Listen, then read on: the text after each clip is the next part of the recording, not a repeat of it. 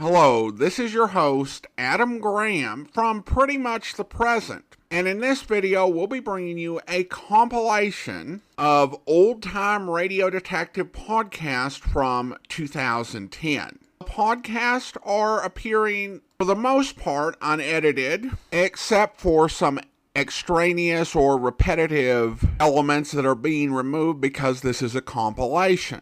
As I said, these are old, so any websites or offers mentioned may not be valid at the time you're listening unless you find them on our website currently. Now, with that said, here is a week of old-time radio detective podcast.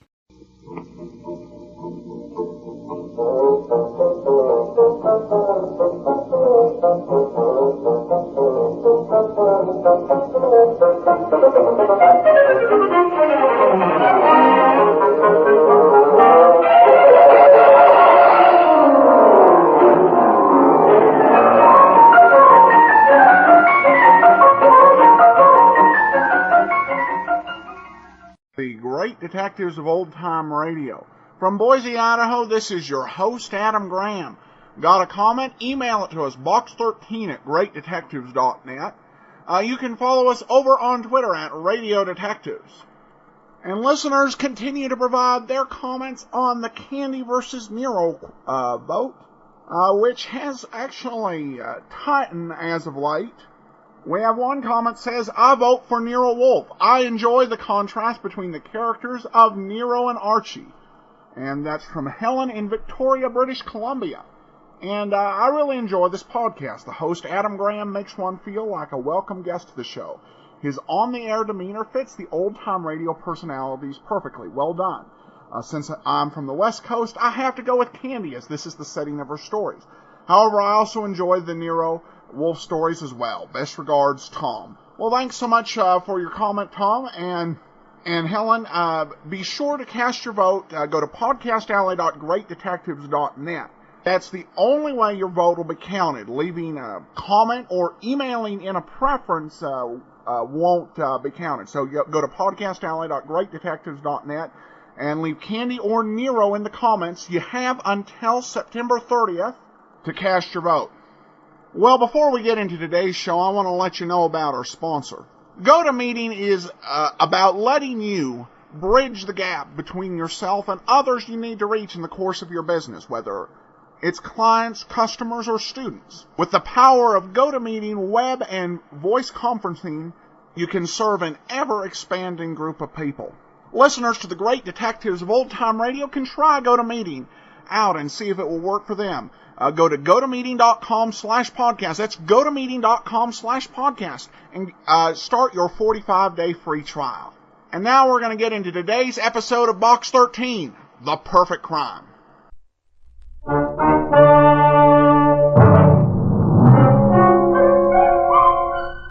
Box 13, with the star of Paramount Pictures, Alan Ladd as Dan Holliday.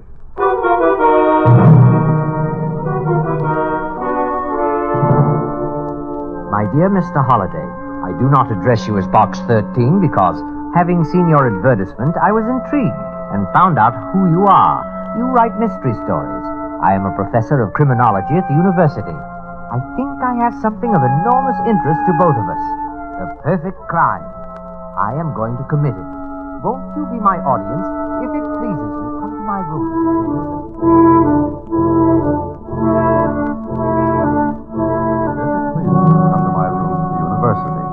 Sincerely, Dr. John Dobbs. At first, I wasn't sure whether the letter was on the level or not. Then, when I saw Dr. Dobbs, I was sure it was. And he did commit the perfect crime. Almost.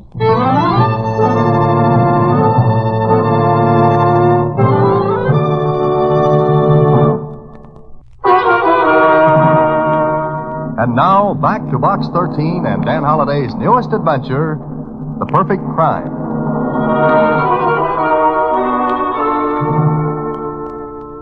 John Dobbs?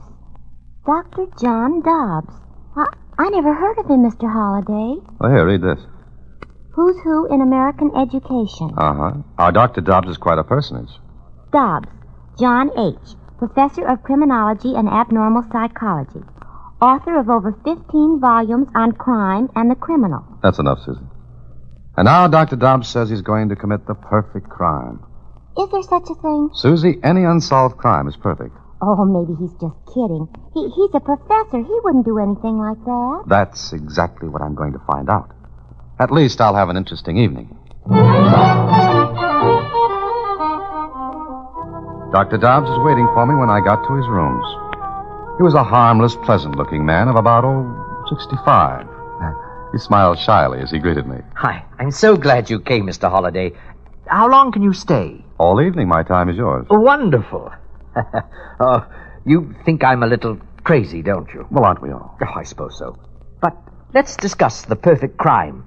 Now, what is a perfect crime? One that isn't solved. Yes, of course. But 9 times out of 10, the crime isn't planned. I'm speaking about a planned murder, perfectly executed and perfectly hidden. Dr. Dobbs, you're a great man in your field. Therefore, you should know that no one ever gets away with it. Oh, why not? Because there's always some clue, some minute trace that leads directly to the murder. Oh, true. But suppose there were no clues, none at all. Ah, but you're leaving out an important factor. And that is? The body. It's hard to get rid of a body. Dr. Crippen was trapped. Trapped because police found the body of his wife in the basement. Yes. But suppose a body could be destroyed altogether. Well, it's never been done. With today's scientific police laboratories, even the tiniest clue can be built up enough to convince a jury. Yes, that's very true. But suppose the body of the murdered person were never found. It always has been. Granted. But suppose it were not. There'd be absolutely no proof of murder. Ah, my point exactly. Now, just a minute. First, you have to find a victim. One who isn't even remotely connected with you. Then you have to kill him. Yes, go on. Then, having found your victim and killed him, you have to get rid of his body altogether. Those are the conditions, yes. So, after those conditions were fulfilled, you'd have to escape detection and final punishment. And your argument is that with those conditions, the perfect murder would have been committed. Yes. Suppose I told you I can do it. You're asking me to believe the impossible. First, you're a famous man. It's hardly likely you'd risk everything you've worked for just to satisfy an insane whim. Go on. Secondly, I don't believe you're serious. But I am. Mr. Holliday, I'm a very sick man. My doctor gives me 3 months to live. Oh, I'm very sorry. Oh, it's no matter. Perhaps he's wrong. No, I know he's right. Then what does it have to do with what we're talking about? Perhaps nothing, except that I'm very tired. I've spent a lifetime with books and study and students. I'm a crusty old bachelor. I suppose now I want some excitement. Even my name is prosaic. John Dobbs. Dr. Dobbs, I still don't think you're serious. Maybe you're kidding me for some reason I haven't been able to see or even guess at. No, I think I refuse to believe you. Ah. What are you laughing at? At what you said. I don't understand. You refuse to believe me. That's right. Is that funny? Yes, because you see, Mr. Holliday, the fact that you refuse to believe me is part of my plan. It makes me even more certain that I can commit the perfect murder and win. Well, I stayed with Dr. Dobbs until after 3 in the morning. We talked. He had a marvelous knowledge of crime, and I left him with a great admiration of his intellect. Then 3 days went by. I heard nothing from him until one day at the office. Hello? Mr. Holliday, please. Dr. Dobbs calling. Oh, just a minute. Mr. Holliday, Dr. Dobbs calling. Oh, okay, thanks. Hello. Mr. Holliday, how are you? I'm fine, and you? Oh, pretty well. You remember our conversation the other night? I certainly do. Why? Would you care to be in on the start of my plan? Now, look, I refuse to take you seriously. That's wonderful. But are you free this afternoon and evening? Oh, yes, why? I want you to fly to Chicago with me. What? Will you? I have the tickets on the plane. You're my guest. But why to Chicago? I'll tell you why when we're on the plane. Will you go with me? Yes. Yes, I think I will.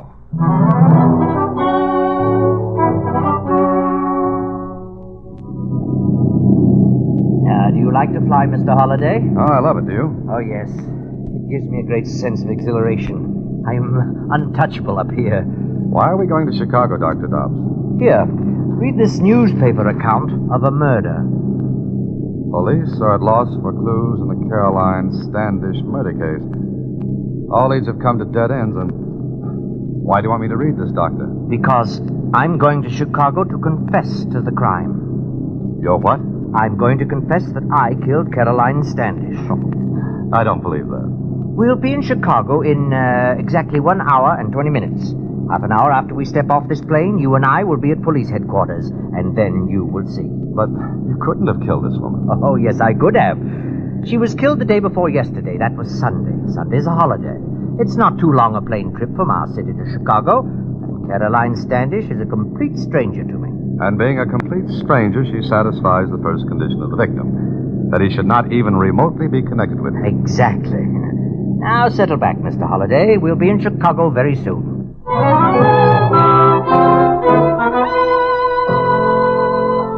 All right, now, let me get this straight, Dr. Dobbs. You say you killed Caroline Standish. Yes, I killed her, Lieutenant. And you say your name is Holliday. That's right. Mm-hmm. Well, Dr. Dobbs, we've checked on you since you first came in here an hour ago. We've got quite a bit on you.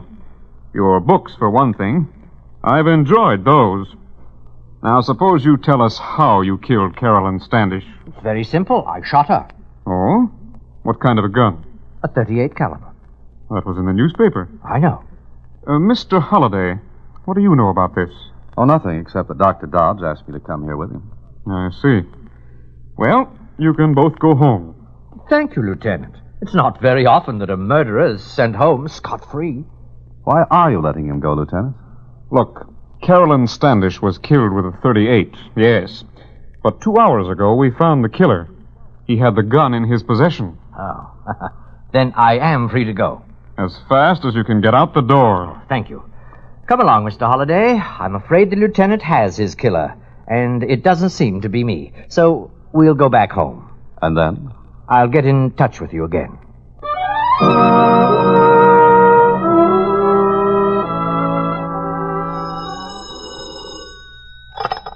Hello. Mr. Holliday, this is Dr. Dobbs. Oh, you. You don't sound pleased to hear from me.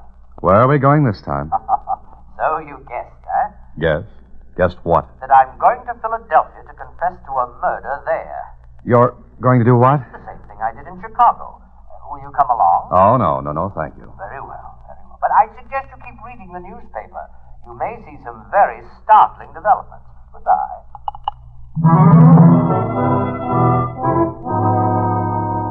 Mr. Holliday, I'm leaving for Boston this evening to confess another crime. Holliday, I don't suppose you'd care to go to Hartford with me? It's San Francisco this time, Mr. Holliday. I would like your company. Well, it went that way for 2 solid months. Dr. Dobbs confessed to every murder that hit the newspapers, and every confession was laughed at. His name gradually became as well known to the police departments of the country as those of the public enemies number 1 through 20. Then he came to see me at my apartment. Well, Mr. Holliday, what do you think now? Look, Mr. Dobbs, I don't know what you're doing, but please, why don't you cut it out? Oh, are you feeling sorry for me? Look, every one of these newspapers has your name in it. You've made a laughingstock of yourself. Oh, does that concern you? Yes, it does. I admire you. I've read your books, and I've talked with you. Why are you so intent on breaking up a brilliant career? Because I intend to go through with what we discussed that first night in my rooms. I don't know whether you're trying to make a fool of me or not, Dr. Dobbs. But I'd rather you didn't count me in on your little escapades. It's no fun committing a perfect crime without an audience. What? I need you, Dan. You're very intelligent. You could appreciate what I'm going to do. Look, Doctor, forget all this and go back to the university. Say you did it as an experiment. Oh, well, I've already been given a vacation from the university. What do you mean? The publicity was bad for the school. The president suggested that perhaps I'd been working too hard and needed a rest. Well, you brought it on yourself. Oh, yes, I know. Now, I want you to do me a favor. What do you want? There's a small city about 300 miles from here. Go there with me. So you can put in another phony confession? No. So I can point out my real victim to you. Say that again. I want to show you my victim, the man I am going to kill, the man whose body will never be found, and the crime to which I am going to confess, this time legitimately. I don't believe you. Please, now go to the town with me. I'm now supposed to be a little cracked. Humor me? And if I do? Well, we'll have a little mental chess game, you and I. I'll give you the opening gambit, murder. From then on, it will be your job to checkmate me. Agreed? All right, Dr. Dobbs. I'll go with you. But this will be the last time. Understand? Yes, I understand. This will be the last time.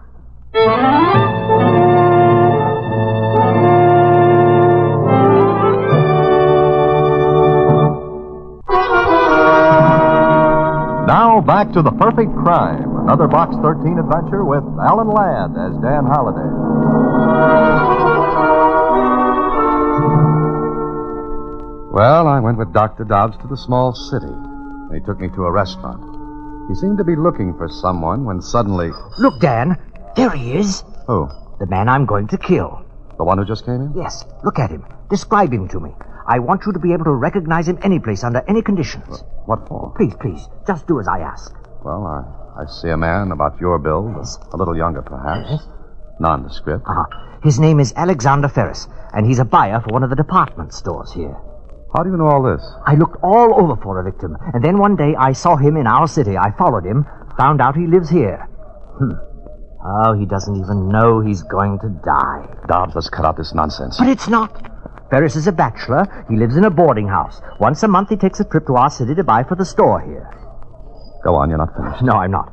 I was going to add that Mr. Ferris is going to make one more trip to our city, and that one will be his last. Tell me one more thing. Why did you pick him? Because he seems the logical one. He does things by routine. He stays at the same hotel in our city. He takes the same train there and back home here. Oh, I hate monotony. Uh-huh. Now, suppose I should walk over to Mr. Ferris and tell him that a madman is going to kill him. Go on, try it. You know what he'd do. Yes, I think I do. He'd look at me as though I were the madman. Then he'd call for the police, and I'd be stuck in a nice cell until the police decided I was harmless. Exactly. All right, Dan. We're finished here. You've seen the victim. Now we'll go back home, and I'll let you know when the game begins.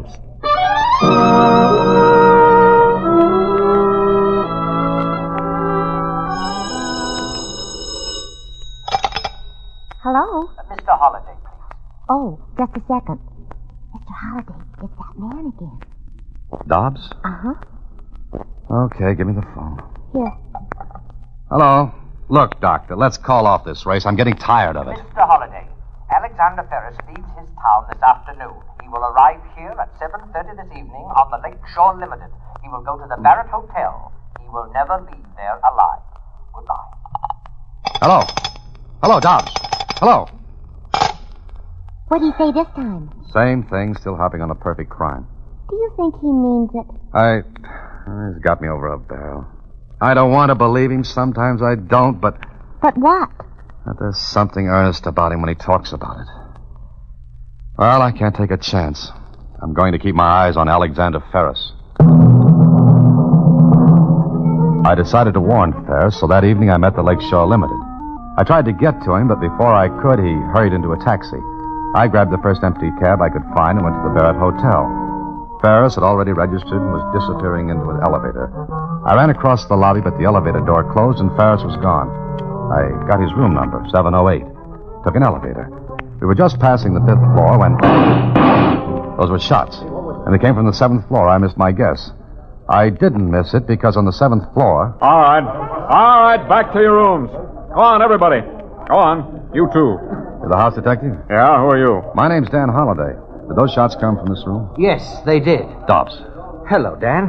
What's happened? Look, I'll take care of this. Of course, but the shots came from that room. I know, because my room is next door. You're next door? Yes.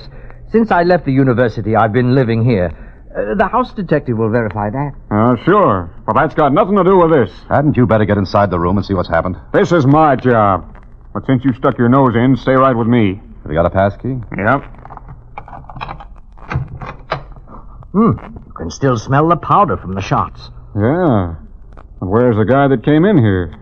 Look in the bath. Close that door. Now, you two stay right there. I'm going to give this place a look-see. Something fishy here. So your curiosity got the better of you, eh, Dan? You're next door, huh? Yes, convenient, isn't it? Where's Ferris?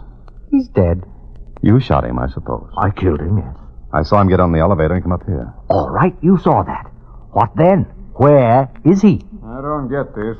There ain't a sign of the guy anyplace. But there's his hat, top coat, and valise on the bed. Which proves he came in here. The bellboy will verify it if he came in here. All right, let's ask the bellboy. I'm running this until the police get here. Well, by all means, call the police. Dr. Dobbs, would you mind if your room was searched? I was going to suggest it myself. There ain't no fire escape. Nobody fell out the window. And nobody's here. Oh, please, let's look in my room. Then you can question the other guests on this floor. Okay. Come on, you two. Out of this room. Well, Dan, what do you think now? I don't know. Maybe I've stopped thinking. Well, the case was a sensational one. 2 shots fired, no body, and no Alexander Ferris. 2 days later, Dr. Dobbs visited me in my apartment. Well, Dan, have you made any headway? I'm not trying. Oh, yes, you are. It intrigues you, doesn't it? It's a hoax. The whole thing is a hoax. Not the whole thing, Dan. I give you my word of honor that I killed Ferris. Will you tell the police that? I already have. I confessed. You what? But they laughed at me. You see, I'm known now as a crank. I confess to all murders. Where is Ferris's body, Holiday? How did I get it out of the room? You didn't. You couldn't have. The other guests rushed to the doors after the shots. The only stairways are at the ends of the corridor. You couldn't have carried his body without being seen. Correct. And the bellboy verifies the fact that Ferris entered his room next to mine. And yours was empty. So, what have you got? Dobbs, I don't believe you killed Ferris. All right, then where is he? I don't know. So, I fulfilled 2 of the conditions we talked about our first night. Remember what they were? Yes, the victim had to be a stranger to you, and the body had to disappear. And the 3rd condition, I escaped detection and punishment. Dan, why don't you tell the police about me, what you know, what I've told you? They wouldn't believe me. No, they wouldn't. But, Dan, I swear to you that I killed Ferris. If you figure out how I did it, I'll admit it and take my punishment. I am not the police. No, you're not. But you know more about this than they do. I swear to you again, Dan, you have the whole solution in your head. All you have to do is put together the pieces of the puzzle. It's really very simple. Well, goodbye, Dan.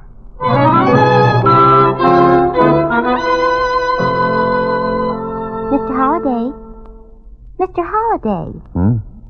Oh, I'm sorry, Suzie. I was daydreaming. About Dr. Dobbs? Dobbs. Gee, I think it's some kind of a joke. There just isn't anybody. They've been looking for almost a week now. That's what bothers me. Ferris is missing. He left his hometown, took the train, came here. I saw him, Suzie. I saw him then. No Ferris. And the police won't believe Dr. Dobbs. Or me. Kling thinks I'm in the same class as Dobbs. I know. Oh, well, thanks. There's got to be an answer, though. No one, not even an admitted genius such as Dobbs, could kill a man and do away with his body. But there isn't a trace. Look, Dobbs had about 15 seconds to kill Ferris and then hide the body. Yes? What were you going to say? I'm not sure. Dobbs said I had the whole solution in my head. Suzie, ever see a magic act? Magic act? Oh, you mean a magician? Sleight of hand? That's right. Sleight of hand, illusions. Now you see it, now you don't. Watch the little lady disappear from under your very eyes. Keep your eye on the magician and miss how the trick is done. I don't know what you're talking about. I'm not sure I do, but I've got an idea. Suzie, we're going to send a telegram. Where to? To Alexander Ferris's hometown, to the chief of police. But that's been done. You know that. Sure I do. But the other telegrams were about and concerning Ferris. Well, what's yours going to be? About a perfect stranger.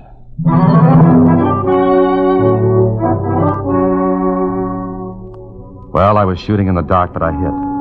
The answer I received to my telegram made me sure I had the solution to Dr. Dobbs' illusion. Smart police work in Ferris's hometown proved it. So that night I went to see Dobbs. It's nice of you to come to see me, Dan. I was wondering if you'd forgotten me. Everyone else seems to have done so. No, you're not forgotten, Dr. Dobbs. Quite the contrary. Oh? How do you mean that? Just the way I said it. May I sit down? Certainly, please do. Thanks. May I offer you a drink? Oh, no, thank you. Mind if I have one? Please do. You've come to see me for a very special reason, haven't you? Yes, I have. Read this telegram. It's from the police in Ferris's hometown. Huh? Did you guess, or did they? I did. I'm glad. Glad you were my audience. It was fun playing to you. Yes, you were the magician. I was the kid in the audience with his mouth open and his mind closed. Magician? Not quite. Oh, yes. Like the trick where the magician shows the audience a nice big red ball. He gets them used to seeing it. He conditions them to its size, its shape. Then he covers the ball with a handkerchief, makes a mystic pass, and the ball is gone. Go on. What then? Ah, but the ball never disappears. It never goes under the handkerchief. All the audience sees is a similar shape, outlined under the silk. Yes, I'm very happy I chose you as my audience. I'm not. I don't like to be the one to catch you. Why not? I took the risk. Ferris never came to the city. You got off the Lakeshore Limited that night. And what else, Dan? You called me and told me Ferris would come here. That day, in his hometown, you pointed him out. You made me take a good look at him. About your height and build. I even mentioned that, I think. Yes, you did. Go on. Before he left, you came here. You intercepted him. Killed him. In his own hometown. You took his top coat, hat, and valise. Then you dressed him in entirely different clothes. Took his body to the freight yards. That telegram from the police there verifies that an unidentified man was found dead. Yes, unidentified because the police weren't anxious to identify that body. But they did this afternoon. Dental work proves the man to be Ferris. You see, Dobbs, there's always a clue. Always. There is no perfect crime. But just a moment. There were 3 conditions to the action of committing a perfect murder. Now, I fulfilled 2. Now the 3rd. I must escape detection and punishment. How is anyone going to prove what you've just said? By your admissions, Dobbs. The police are in the next room and outside in the hall. They've heard every word. Oh.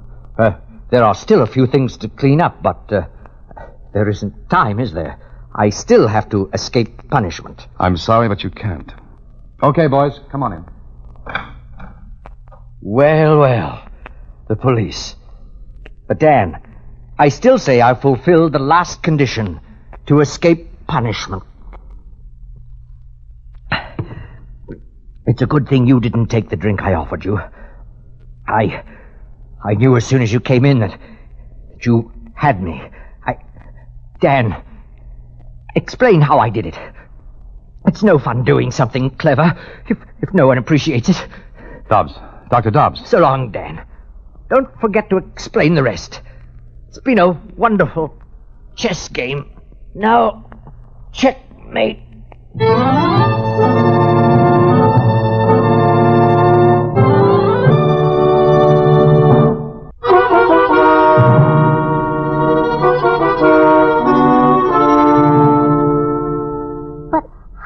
Kill Mr. Ferris in the hotel. I told you. He didn't, Suzie. He killed Ferris in the man's own hometown. You see, I thought I'd followed Ferris to the hotel from the station, but I had followed Dobbs. And then? Very simple. Dobbs had reserved a room next to Ferris's. Then, disguised as Ferris, he went into the room Ferris had reserved. Dobbs took off the top coat, hat, put the valise on the bed, fired 2 shots, blanks, then slipped quickly into his own room. Do you see? Oh, sure. Leaving the other room empty. Right. So everyone was looking in the wrong place for Ferris. Everyone assumed he had really come to this city. Like the old trick with the ball, Suzie. You think you see it, but you don't. So you look in the wrong place. Gee, he was really smart, wasn't he? Suzie, just remember this. No matter how smart you are, there's always somebody who'll trip you up. Everyone makes mistakes. But Dr. Dobbs didn't. Oh, yes, he did. He made the same mistake I did. He looked in the wrong place. What do you mean? You see, I had to trap him into a confession. He assumed that dental work would identify Ferris's body. But the man found in the freight yards had perfect teeth and no dental work. Good night, Suzie. Listen in again next week when, through the courtesy of Paramount Pictures, Alan Ladd stars as Dan Holliday in Box 13. Box 13 is directed by Richard Sandville, and this week's original story was written by Russell Hughes. Original music is composed and conducted by Rudy Schrager, and the part of Suzie is played by Sylvia Picker. Vern Karstensen is in charge of production. Box 13 is a Mayfair production from Hollywood. Watch for Alan Ladd in his latest Paramount picture. Welcome back. This episode really makes you appreciate the versatility of Alan Ladd and the great challenge that came with making a show like this. Because when you listen to the end of the show, you have all of these different writers who wrote for this syndicated series. You had some episodes that were written by E. Jack Newman. This one sounded a whole lot like an episode of Suspense, while others have sounded a lot like a hard-boiled detective show. I don't know if I would put the Professor ahead of the Find Me, Find Death guy in the loony category, but this guy does come pretty close to taking the cake. I do like how Holiday solved the case. It was a clever solution, and I thought it was a great analogy to bring home what the Professor was trying to do. All right, well, we have some more listener comments. I do want to thank everybody who has voted in the Candy versus Nero vote. We've had so many votes cast over on Podcast Alley. Part of the goal here was to see if we could increase our stand-in over there, and we've gotten all the way up to 9th at times this month. So thank you to everybody who's helped support the show, and let us know what you think about which show we should do. We got a friendly correction in an iTunes review. Hammock Rider said, the movie labeled Dressed to Kill is actually DOA. Otherwise, the picture quality on the videos is excellent. Thanks for offering them. Well, thank you so much. It happened actually the first of the month when I was inputting DOA. I was copying and pasting and updated the wrong file, but we got it fixed. So if you downloaded Dressed to Kill in the past few weeks and you got DOA instead, we've got it corrected, so you can just go to iTunes or to our site at greatdetectives.net and be able to get the correct file. But that'll do it for today. Before we get started with today's episode of Jeff Regan, I want to let you know about our sponsor. It can be a challenge to grow your business. It seems there are a never-ending list of activities that eat into your limited time. That's why I'm so glad to tell you about GoToMeeting, because GoToMeeting allows you to do more with the time you have. Whether it saves you a plane trip to New York or a car trip across town, GoToMeeting saves you time on travel. It can also give you greater flexibility in your scheduling. With GoToMeeting, you can have a meeting with clients in Akron, then immediately afterwards be able to connect with vendors in Saudi Arabia through the convenience of GoToMeeting web conferencing. Listeners to the Great Detectives of Old Time Radio can try GoToMeeting free for 45 days. For this special offer, visit GoToMeeting.com/podcast. That's GoToMeeting.com/podcast to start your free trial. All right, well, we're going to get into today's episode of Jeff Regan. It's No Sad Clowns for Me. Let's listen, and then we'll come back.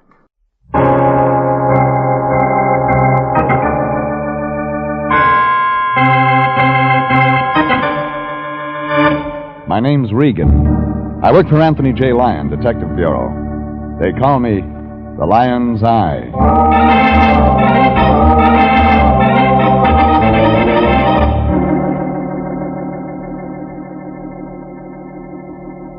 Sunday at 8:30, and CBS brings you Jeff Regan, Investigator, starring Frank Graham as Regan, with Frank Nelson as Anthony J. Lyon. So stand by for mystery and suspense and adventure in tonight's transcribed story, No Sad Clowns for Me.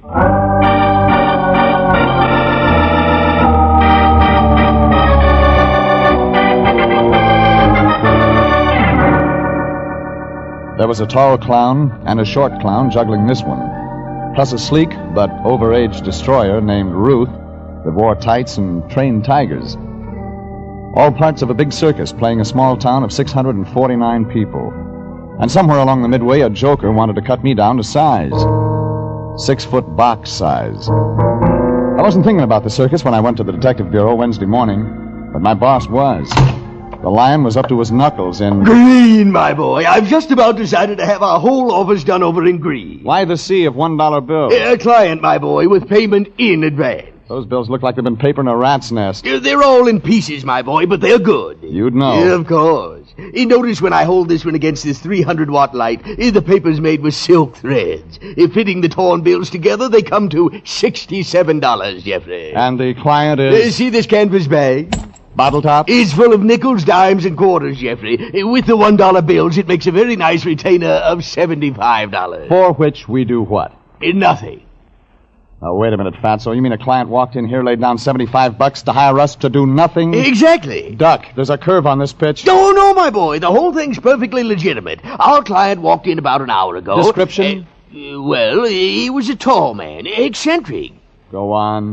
45 or 50 years old, long, pale, stringy, yellowish hair, like an actor, and oddly dressed. This keeps getting better. Well, he had on a single-breasted pinstripe suit and tennis sneakers, a rope for a belt. Does he fly?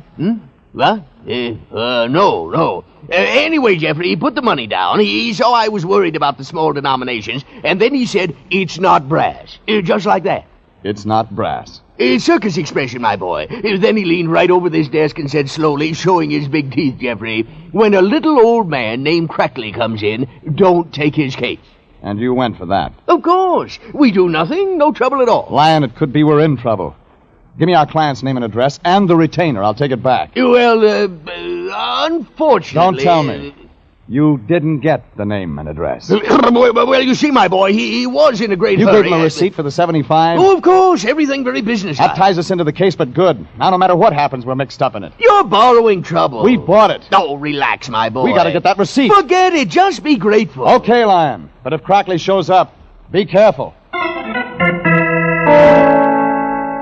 I turned and started for the door. Our new client was a crank. We'd have to be more than careful. But I couldn't dump the trouble into the lion's lap. I slammed the door on my way out.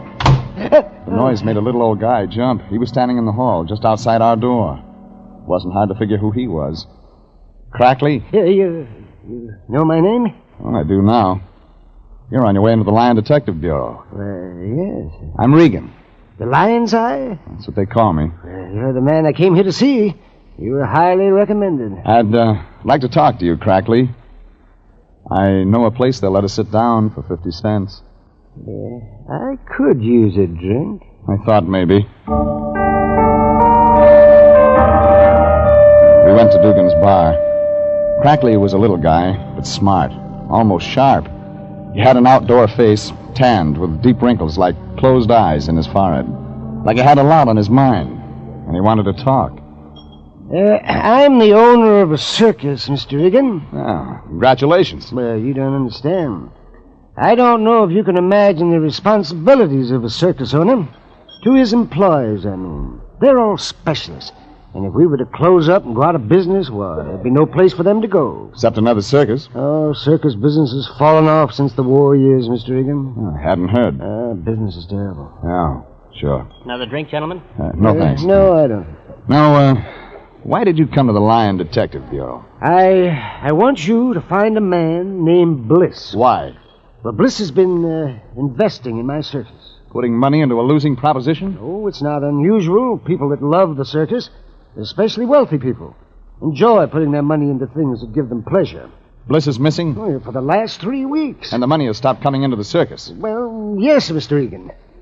When did you last see Bliss? The fact is, I've never seen Bliss. But he puts money into your circus? Through his lawyer. Right now we're playing Bliss's hometown. I'd hope to meet him in person. What would you say, Mr. Crackley, if I told you a strange man came into our bureau this morning and paid us not to take your case? Why, someone's following me? Well, I don't know, but Yeah, Mr. Crackley, someone's following you. Mr. Regan, what are you looking at? You mean, what is it looking at us? But where? Stay put, I'll be right back. I ran to the window. The face that had been peering in at us whipped out of sight. A couple of winos in Dugan's door cost me 2 or 3 seconds getting out, and that was enough. When I got to the street, it was empty. The man with the long, stringy, yellowish hair who'd been watching us was gone. I went back into the bar. That's when I got a second surprise. Crackley was gone, too. A quick call to Billboard gave me what I needed. The Crackley Great Combined Circus was playing a town of 650 people. A place called Crossroads in the foothills, about a 2-hour drive from L.A. The crank with the yellow hair on the rope belt was somehow tied up with that Crackley circus. Yellow hair had the Lyon's signed receipt. I had to get it back. So I got into my car and headed for Crossroads. And when I got there, funny thing, The town was deserted. But the Circus Midway was jammed. It looked like Crossroads' whole 649 population was at that circus. Hot dogs, hot puppies, they're delicious, they're nutritious. Step up and get one. How much? Eh? A hot dog, how much? Oh, yeah, hot dog. Hey, you mean you're going to buy one? Why not? Nobody buys nothing in this cheap burg. Business looks pretty good to me. Everybody in town here at the circus. Don't cost them nothing. Oh, no? Old Crackley's putting on a show for nothing. Making it look good for Bliss, his silent partner. The show's papered then. Annie Oakley's for free, huh? Say, you Bliss? And if I am? I ain't said nothing. Yeah. How much for the hot dog? 2 bits. I paid for the hot dog, walked along the Midway asking questions wherever I could get an answer. It's like the dog peddler had said. Crackley had papered the house, bought tickets for everyone in town to guarantee business. We weren't supposed to take the case, but the situation was interesting, and I got to wondering about Bliss, how he fitted in. But then I remembered I was here to get our receipt back, so I bypassed the Midway, walked around to the performers' tents. No gaudy signs here, no freak shows, palmists, or ballet. And I found a woman, or rather, she found me. Regan? Nice to be known. This is my tent, Mr. Regan. Please come in. She was tall, slim. You could spend time watching her. Young, but not too young. Her hair was long and black, almost to the roots. Her face was firm, beautiful, but her eyes had already been there and back. Then we were in her tent, nobody around except the tigers just outside. And she got nearer, and I could see more. Regan, Nice tent. I got a message. Uh-huh. Go home. That's your message? Go back to L.A., Crackley says. You a friend of Crackley's? He saw you on the Midway. He said, that's Regan. That's the Lion's Eye from L.A. that ought to go home. You sure it wasn't Bliss? You know Bliss? Oh, yeah, a very close personal friend of mine. You're clever, Regan. It's my business. Make sure your business doesn't get you into trouble. Hey, that tiger's close. Yeah, I work the big cats. They hate me and I hate them. I like them kept near me. Gives me a chance to whip them through the bars whenever I'm feeling blue. Lady, Yeah? what's your name? I got a surprise for you, Mr. Regan. I've had lots today. My name's Crackley. You're married to old Crackley, the circus owner? I married his son, Mr. Regan. His son? Yeah, George Crackley. The little runt that's standing in back of you. I turned. George was there, all right. And he was little, maybe 4 feet 10 inches tall, wearing a clown suit. His face was in queer makeup, chalk white, bruised blue. He was supposed to look like a sad clown. And he was. What are you doing around here? Looking for a man. She look like a man? No. You're after my wife, too. You were standing real close. Guys fall in love with me, Regan. My husband's a poor sport about it. Oh, make sure you don't wake up dead, mister. Make sure you don't get dropped on. I'll be real careful. George, if you don't get out of here... Ruth, don't you think it's time you were getting into your costume? The walk-around will begin in 4 or 5 minutes. A tall clown filled the opening to the tent. When he spoke, Ruth began fumbling with the costume. Little George looked like he was going to cry, then walked out of the tent without a word. Ruth followed him. And I was left alone with a tall clown in makeup, with a red watermelon mouth and cold blue eyes. I hated to interrupt, Mr. Regan, but Ruth must dress for the walk-around, as we of the circus call our opening parade. You seem to have an effect on George, too. Oh, George and I are partners. He's the sad, bruised clown, and I am the cruel clown. I frighten him, maul him, beat and bruise him with various objects. It amuses people. Naturally. We're all sadists at heart. Maybe you can help me. I'll try. I'm looking for a tall, eccentric man. Wears tennis shoes, rope for a belt. Has long, stringy, yellowish hair, you know him? I said, do you know him? Of course. That would be Mr. Bliss. Where can I find him? As a matter of fact, Mr. Regan, I have a message from Mr. Bliss. He wants to see you. Oh? Who will I say sent me? Just the cruel clown. He'll know who you mean. Where do I meet Bliss? At his home. I'll tell you how to get there. He did. I got into my car and started the drive to his shack. I'd meet him on his own terms at his place.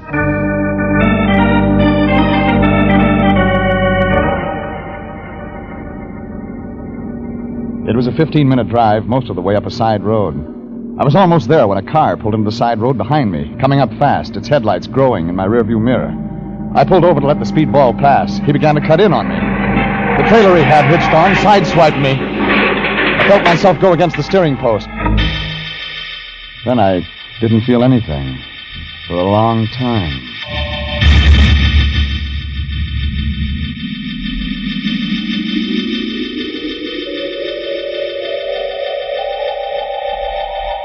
I'd been thrown clear of my car. When I came to, there was a huge man standing over me, black in the moonlight. My gun was gone. My hand caught at a club, and then I saw it wasn't a club, but a small, very small chair arm. Must have fallen from the trailer. The trailer was gone. The man started moving in. Well, sweetheart. Stand back. Coming to, sweetheart? Get back. I got your gun, baby. I'm Logan, chief of police at Crossroads. Maybe I ought to take you into custody for reckless driving. Logan, I'm a private detective from Los Angeles. Well, why don't you get up from the ground and tell me about it? Here. Yeah, thanks. Somebody ran me off the road on purpose. And I think I know who. That's so, sweetheart? That's not all. There's something phony about that circus play in your town.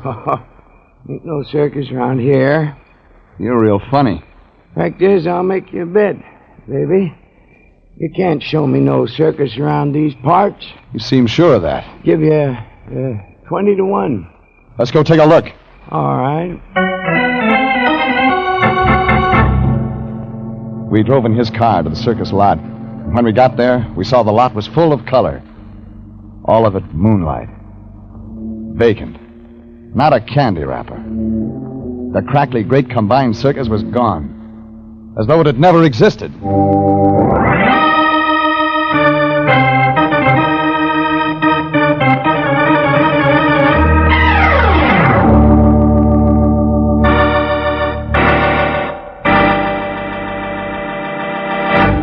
This is CBS, and you are listening to No Sad Clowns for Me, tonight's adventure with Jeff Regan, investigator.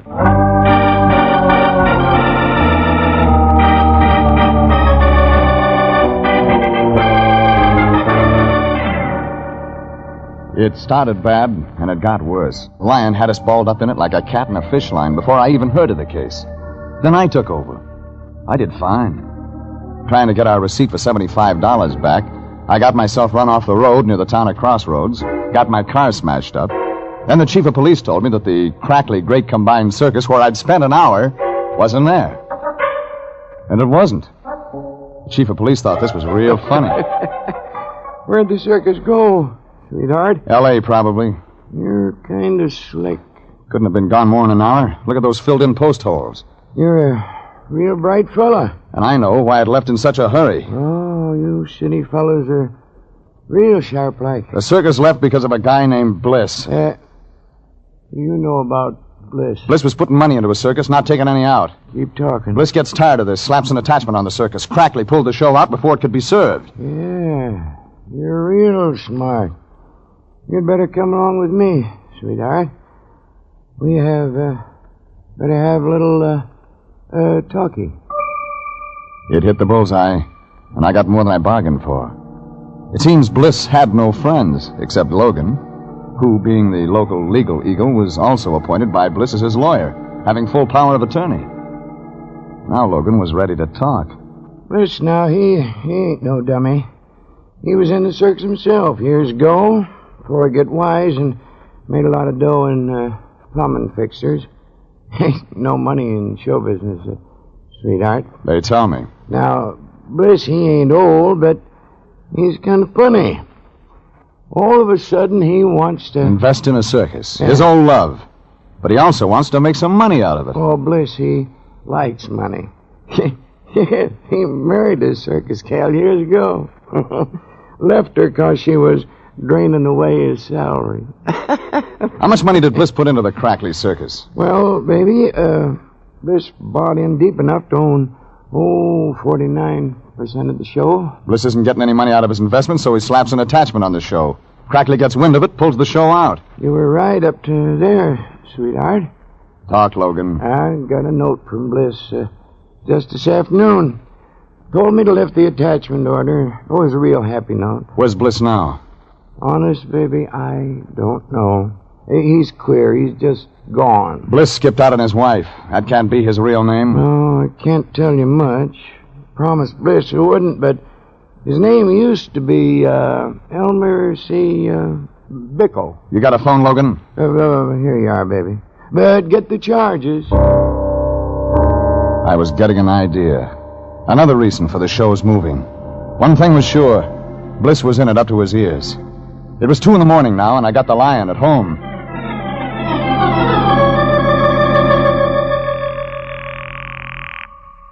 Yeah, Anthony J. Lyon, Detective Bureau, Home Office. We never sleep. And why haven't you been asleep? Jeffrey. Well, I've had some very important work to do tonight. Such as? Pasting those dollar bills together, if you must know. You're graduating from kindergarten right now, Fatso. Get your car out. At this hour? I'm in Crossroads, California, slaving for the agency, and you can help. What can I do? Get all the stuff you can on a guy named Elmer C. Bickle. Bickle? Bickle. Oh. Joined the circus years ago, married somebody, left his wife. Check variety. That'll take all night, Jeffrey. You've got 1 hour. Oh, another thing, Fatso. Check the theatrical hotels, places where show people, circus people put up. Here's what we need. A line on anybody connected with the Crackley Great Combined... I can give you that, sweetheart. What? You what? I know where they probably hold in. Lyon, forget that last. But check Bickle. I hung up, and Logan said he'd heard the performers in Crackley Circus usually stayed at the Fossman Hotel in Los Angeles. So I called the Fossman Hotel. Oh, hello. The desk clerk sounded wide awake. Fossman Hotel? Has Mr. Crackley checked in? Who's asking? Regan, private investigator. Well, we certainly could have used a private investigator this morning. Why? Heavens, the circus came in without telling us. Everybody's so upset. You better make sure they pay in advance. Oh, well, Mr. Crackley paid everything in advance. He has the finest suite of rooms. But there's such confusion. I just don't know what to do. You wouldn't. Now, about Crackley. Oh, I'll ring. But he's probably asleep anyway.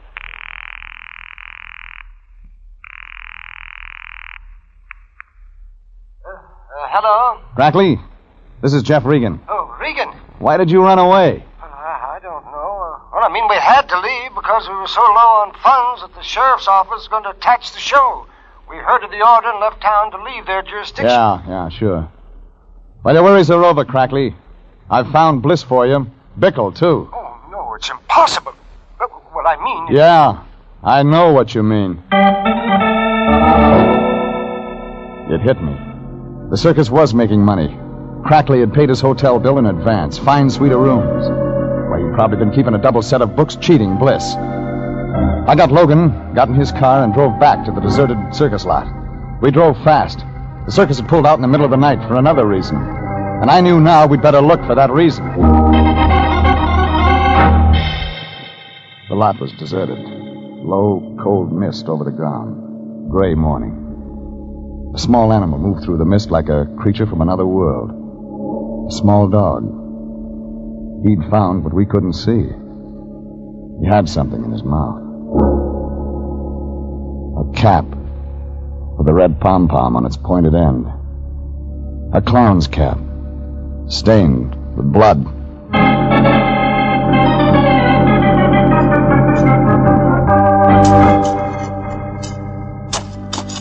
Logan had men digging within minutes. One of the filled post holes seemed larger than the rest. This was it. We found him, Mr. Regan. Yeah. Let me see his face. Kind of muddy. Still in makeup. Tall, cruel clown. You know him? Yeah. You too. Pull the skull cap off. Poor Mr. Bickle, alias Bliss. Long, stringy, yellowish hair like an actor. Only he isn't playing at being dead. Come on, Logan. Keys to your car. I've got an appointment at the Fossman Hotel.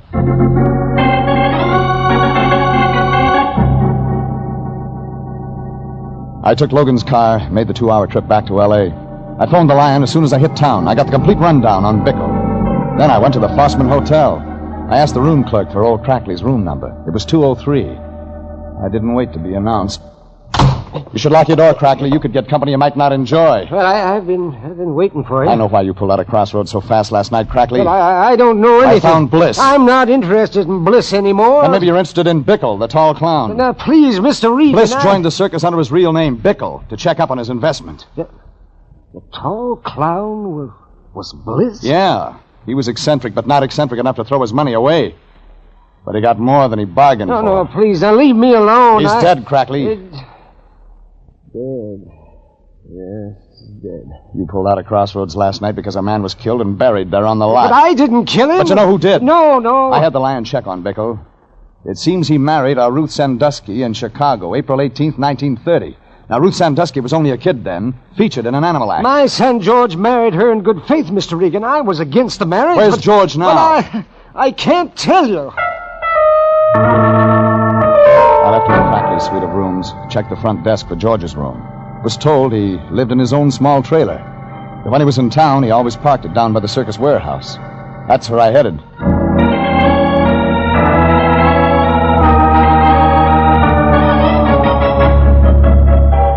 The circus warehouse was down by the tracks. It was a raw wood building that had fallen in on its bones.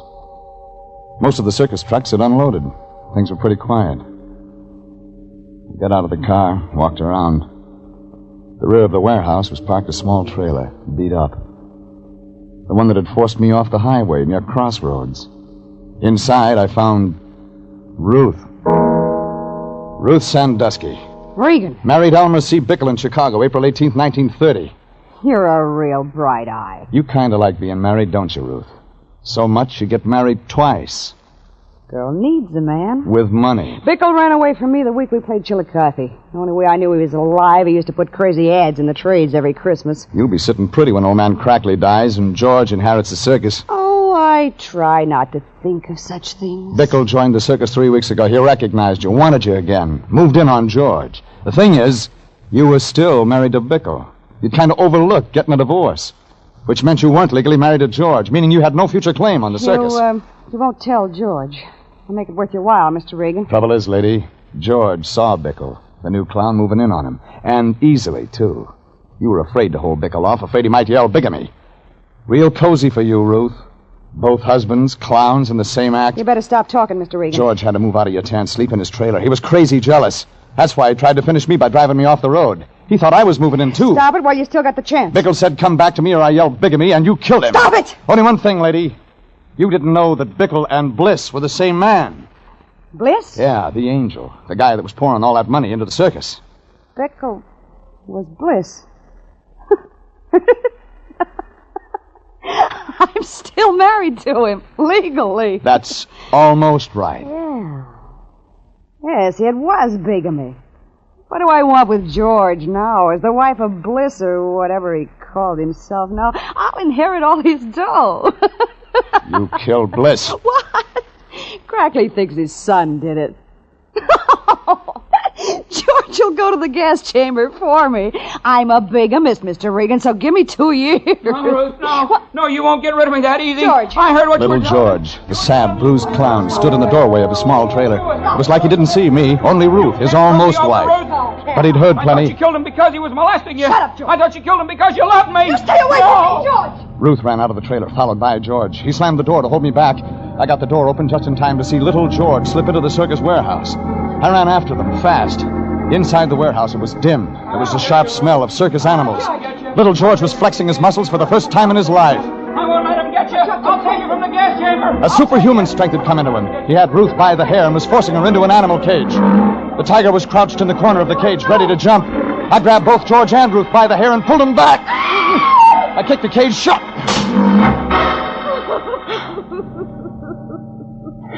Why didn't you let me finish? Sorry, George. The state will want witnesses when Ruth finishes her act. In the gas chamber.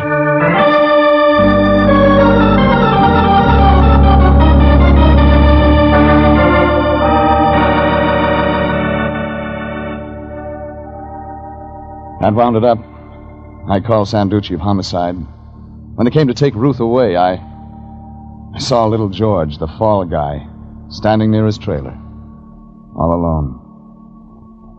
2 hours later, I checked in with the Lion at the office. We're in the money. We're in the money. Still at the paste pot, Lion? Oh, yes, my boy. I've just finished pasting the last bill together. The silk threads match perfectly. Nice, neat job. Oh, Jeffrey, you just don't know how hard I work for our future. Uh-huh. Bank should take these all right. Now, I slaved all night, my boy. The only thing, money doesn't belong to us. Yeah, I think I'll just press the bill so the bank will be sure. What? Money isn't ours. But, Hey, what do you mean? I got a call from Logan. Says he found your receipt in the Bliss shack. I had to tell him we got the $75 to keep us from taking the case. Oh. So the Bliss estate demands its money back. It's all your fault, Jeffrey. Yeah, I guess maybe. If you hadn't opened your mouth... Well, I guess I'll just have to keep this 100. Yeah. Well, what's that you have? $100 bill. Got 2 more, just like it.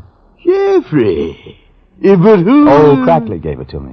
Yeah. He thought his son George had killed Bickle. When we proved it was Ruth, he gave. Oh, how could I have ever doubted you, Jeffrey? Another thing, Lyon. Yes? Meant to tell you, those bills you pasted together? Oh, I worked so hard over them. Well, the bank would have fitted the bills together for you. Yes. Oh, no!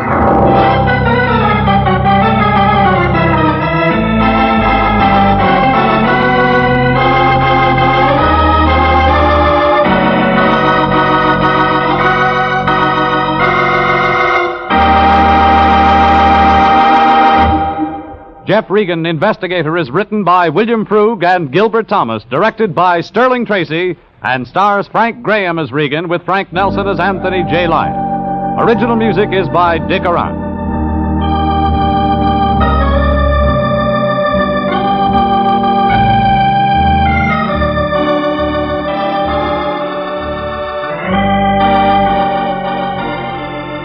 Jeff Regan, Investigator, is transcribed each week at the same time over CBS. Bob Stevenson speaking, and inviting you to be with us again next Sunday at 8:30 for more suspense and mystery and adventure with Jeff Regan, Investigator. This is CBS, the Columbia Broadcasting System.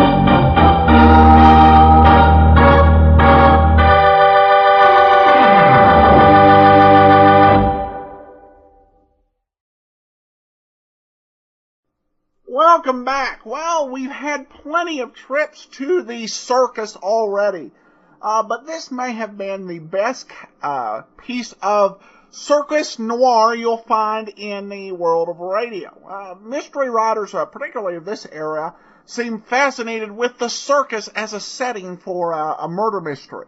That actually continues into modern days. A few months back, my wife and I watched an episode of Monk set in a circus. And I loved the whole thing with the money. That was great, perfect comic relief. Fantastic work by Frank Nelson. Just absolutely delight in these roles. And I got one comment from Podcast Alley. I really like this weird feller who announces this podcast. From Nevada, too. Well, thanks a lot, I think. Well, that'll wrap it up for today. Before we get into today's episode of Let George Do It, I do want to let you know about our sponsor. Imagine being able to hold meetings in New York, Los Angeles, Seattle, Chicago, St. Louis, and Mexico City all on the same day. Well, you can with GoToMeeting. GoToMeeting is the great web and voice conferencing service from Citrix we've been telling you about. And the makers of GoToMeeting, Citrix, are so confident that you'll find their product to be useful to you and your business that they're willing to give listeners to the great detectives of old-time radio 45 days to try it out at no cost. Go to GoToMeeting.com/podcast. That's GoToMeeting.com/podcast to begin your free trial. And now let's get into today's episode of Let George Do It. The motif is murder.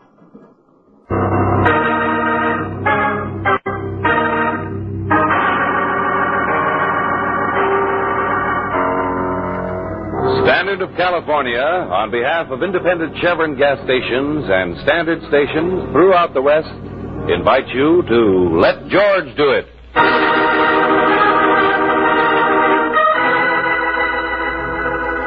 The motif is murder, another adventure of George Valentine. Personal notice, danger's my stock and trade. If you're earning a poor last and your whole life depends on you finishing in the money, you got a job for me, George Valentine. Write full details.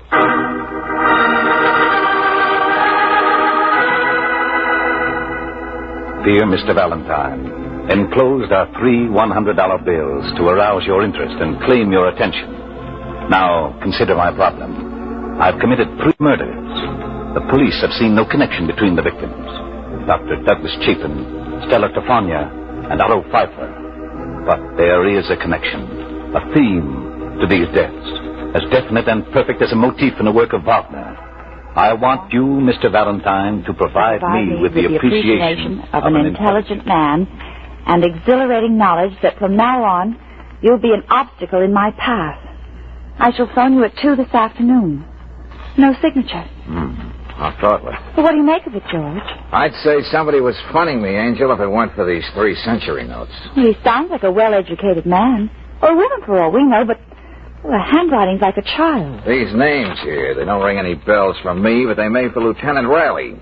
And, Brooksy, if we find the 3 people in this letter in the file for unsolved crimes, there's going to be a refreshing and deadly calm about the good lieutenant.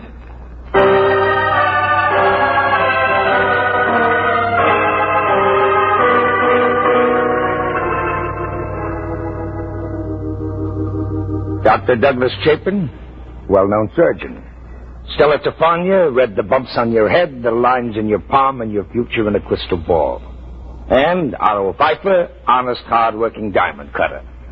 Now, find me a motif in that combination, Valentine, and I'll eat it. Well, let's skip that for a minute, Lieutenant. The fact remains that whoever wrote this letter knew about these crimes.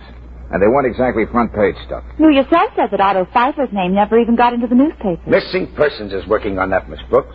The man simply disappeared. Yeah, but our correspondent assures us it was murder, wherever the body might be. Dr. Chapin's death was tagged as a suicide or an accident. Take your choice. He was taking a smoke up on the roof of St. Mary's Hospital after an operation. The next thing, they were picking him up off the street. Which leaves us with only one murder as such. Yeah. Stella Tefania. Well, that crazy gypsy probably told one of her ignorant, superstitious customers something he didn't want to hear, and he beat her brains out in the back of the store. But you still don't know who it was? Unfortunately, no. Well, then it's possible that the 3 were murdered by the same person for reasons we don't know yet. Uh-huh. And he's paying good money to you to try and catch him. Well, maybe we're dealing with the loony here, but I can't take any chances. Now, I don't want to sound like an old killjoy, Riley, but this character isn't stupid. I doubt if he's going to let his telephone call be traced. Well, just the same, I'm going to set things up with the telephone company. I'm going to have another phone put in your office and trust to luck. Okay. 2 o'clock then, Lieutenant.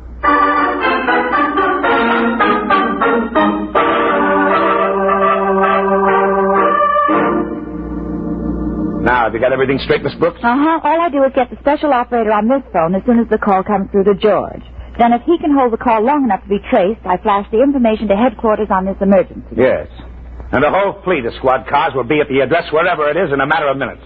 Well, it's almost 2 now, Lieutenant. Now, look, Valentine, when you get on the phone, wind up and talk as long as you can. Say anything, even if you have to stutter, but keep the conversation rolling, see? And right on the button. All right, Miss Brooks. Got it, Lieutenant. Hello? Valentine. Operator, you can start working on the call. Huh? What can I do for you? Suppose you tell me what this is all about. You sound as though you know who this is. Yeah, you're very punctual. Now about that letter. Never mind that. Let me do the talking. I know you're trying to trace the number I'm calling from. Would that be located at the State Hospital for the Insane? I also know the shortest time it takes the operator to track down any number. You can be sure I'll hang up before then. What else do you know that's interesting, Rollo? Have you read any good books lately? Yes, there is something else I know. You've also got a police lieutenant in your office. You're all right, Buster. It's going to be fun playing with you. Yes, it is a game, isn't it? And I welcome the odds against me. It'll make the triumph completely satisfying, like the final flourish of a great symphony. Assuming you did kill those 3 people, friend, you mean you're going to continue on your merry way? Let's leave idle conversation for another time. Now listen, tomorrow I'm going to kill again. And neither you nor the police shall be able to stop me. Would you mind repeating that? You heard me. I'm even going going to give you the name of the victim. She's Honey Evans, a model, living at the Marlborough Apartments on Weldon Boulevard. Now, wait a minute. Tell me something. How do you pick out your people? What have you got against this girl? What did you have against the others? What? Hung up. All right, Miss Brooks, you can forget it. Well, Valentine, what do you say?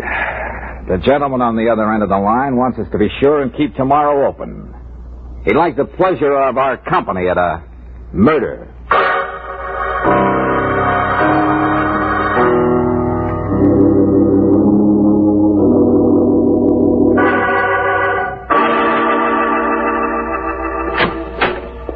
It's all right if I take in my morning milk, isn't it, Mr. Valentine? Sure, Miss Evans. Here, I'll get it for you. Thanks. Is it rather silly you and the police patrolling this building all on account of a letter from some crackpot? Well, now, wait a minute. You forget I spoke to that crackpot. He mentioned your name with more than morbid delight. Come in, won't you? Okay. If I'm going to be barricaded in my own apartment, I may as well have someone to talk to. Someone interesting. Here's your milk. Thanks. Special skim milk. I really hate the stuff, but I have to think of my figure, which is the height of ironing. Honey Evans, the girl with the most beautiful hands in the world. My public never gets to see the rest of me in the ads. Poor public. My next-door neighbor practices like that for hours. Well, it's one thing you can't blame on Lieutenant Riley. Now, seriously, Mr. Valentine, who'd want to kill me? Well, I haven't an enemy in the world. Haven't you ever heard of people having a compulsion to kill just for the thrill of it? No reason at all. Well, that's what's got us stumped, Miss Evans. This man says he has a reason, which applies to you as well as the other three. You know, I think I'm really beginning to feel a little buttery around the knees about this whole thing. You have a marvelous knack for understatement, Miss Evans. Now go ahead, have your breakfast.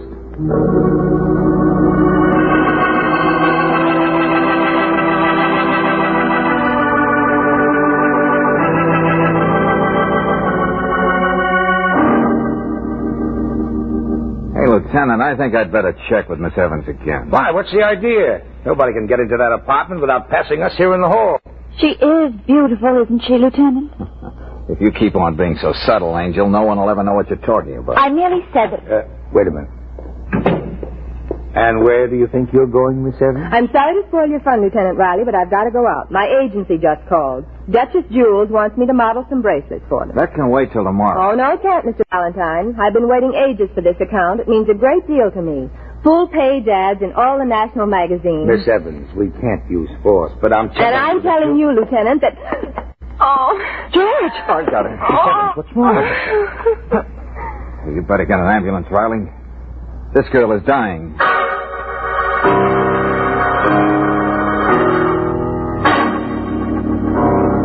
Coroner's report, Ray Cecilia Honey Evans, 14.36 grains of tetric myoside in stomach of deceased. Remaining milk in bottle found to contain nearly 8 grains of same. Cause of death beyond doubt, poison.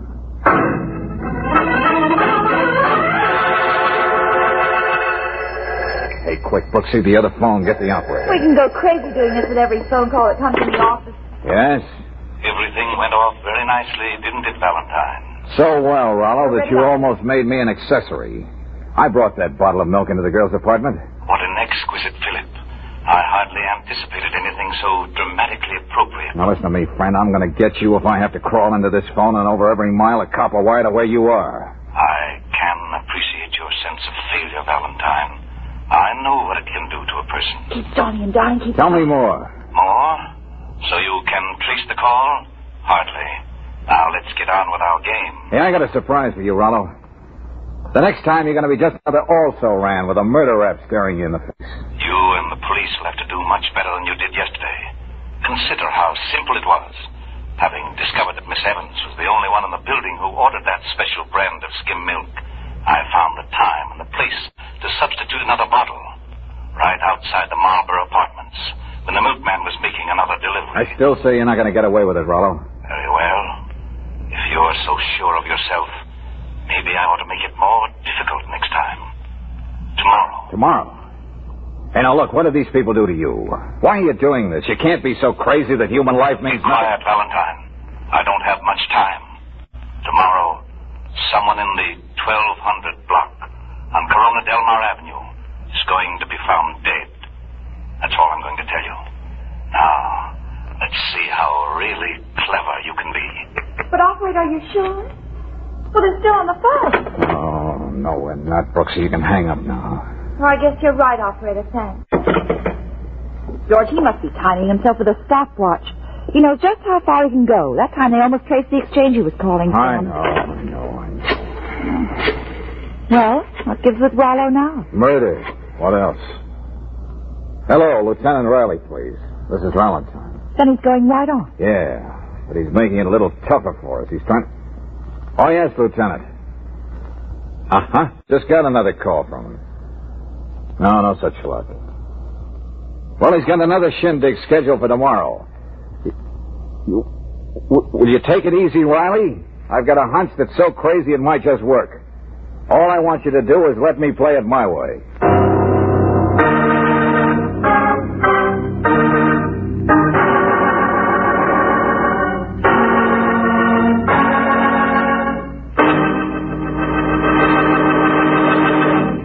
We'll return to tonight's adventure of George Valentine in just a moment.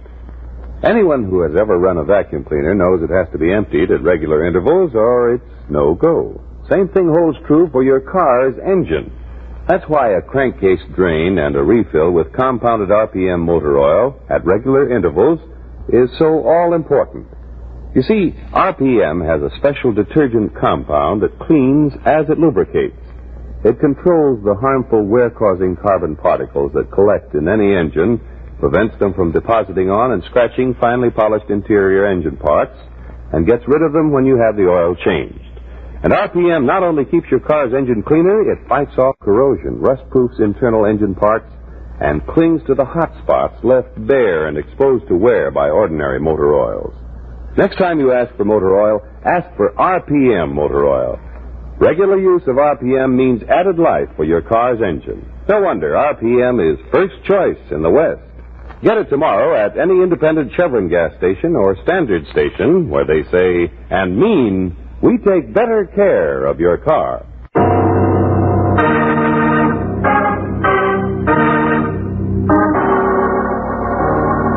And now back to tonight's adventure of George Valentine. A well-bred, even pleasant voice on the telephone hires you to keep its owner from committing another murder if you can. He actually names his intended victim, and still neither you nor the police can prevent him from striking. Then another call. This time you only get the street block where you can expect mayhem to break out. All of which, if you're anything like George Valentine, suggests something as wild as the whole setup itself. All right, Valentine, you've practically memorized that list, and it better pay off. I had half the men in the department canvassing that neighborhood. And the 1200 block on Corona Del Mar is king size. Yes, and we've got the name of every man, woman, and child, address, occupation, comment. Thanks, Riley. This is really some job we've got handed to us. Okay, so we blanket the whole street with plainclothesmen, but we can't keep people from going to work. We can't check on every delivery man or salesman who wants in or out. We can't... Look, Valentine, will you stop staring at that list? What do you expect to find? The name of the person who's next on Rollo's schedule. I don't see how this can tell you. Riley, while you and the boys cover the block, I'm going to concentrate on one Walter Cluckholm, piano teacher, 1236 Corona Del Mar. I don't want to be an old nosy, but why? And I don't want to raise your hopes too high, Lieutenant. So suppose we just call it a wild stab and see if it works.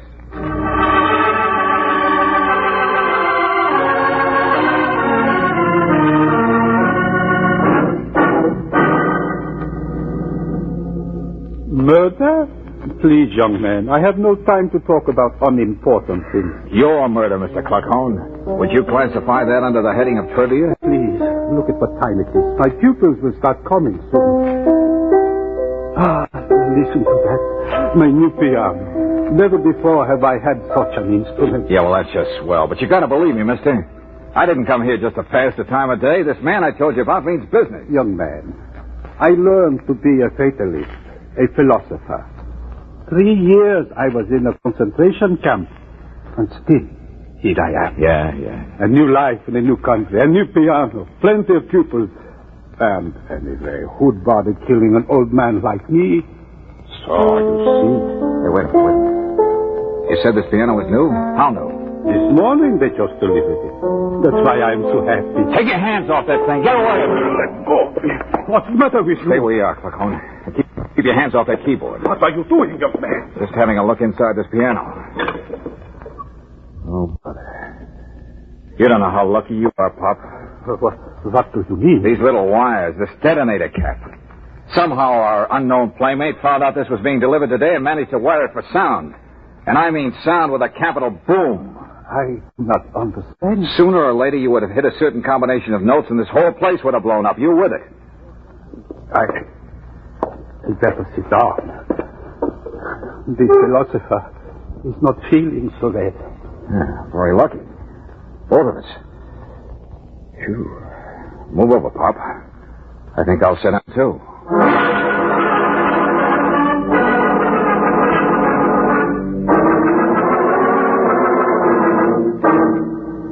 Valentine, what is this business about a motif, a theme, and a work of Wagner? Well, my hunch about Cluckhorn wasn't so wild after all. Think back now. A surgeon, a diamond cutter, a palmist. Now, what's the common denominator for all of them? Well, none that I can see. Hands, Angel, hands. All their lives revolved around hands. The sensitive fingers of a surgeon. Thousands of dollars depend on the way a diamond cutter handles his mallet on a precious stone. And Stella Tafania made a living reading the palms of people's hands. Sure. And Honey Evans, the model with the most beautiful hands in the world. And Mr. Cluckhorn, the piano teacher, the same thing applies to him. Okay, Valentine, maybe you've got an answer as to why this guy went out. Maybe that's Rollo. I'll get over to the other phone. Don't bother, Brooks. He's too smart for that. Yeah, hello? I underestimated you, Valentine. Let me congratulate you on saving Cluckhorn. Well, thanks, Rollo. However, it introduces a very unpleasant necessity. Meaning? I'll have to figure out details and call you later. But my next move must, unfortunately, shatter the beautiful pattern I had all worked out. Yeah? To keep anything from happening to my long-range plan, I'm afraid you must be next, Valentine.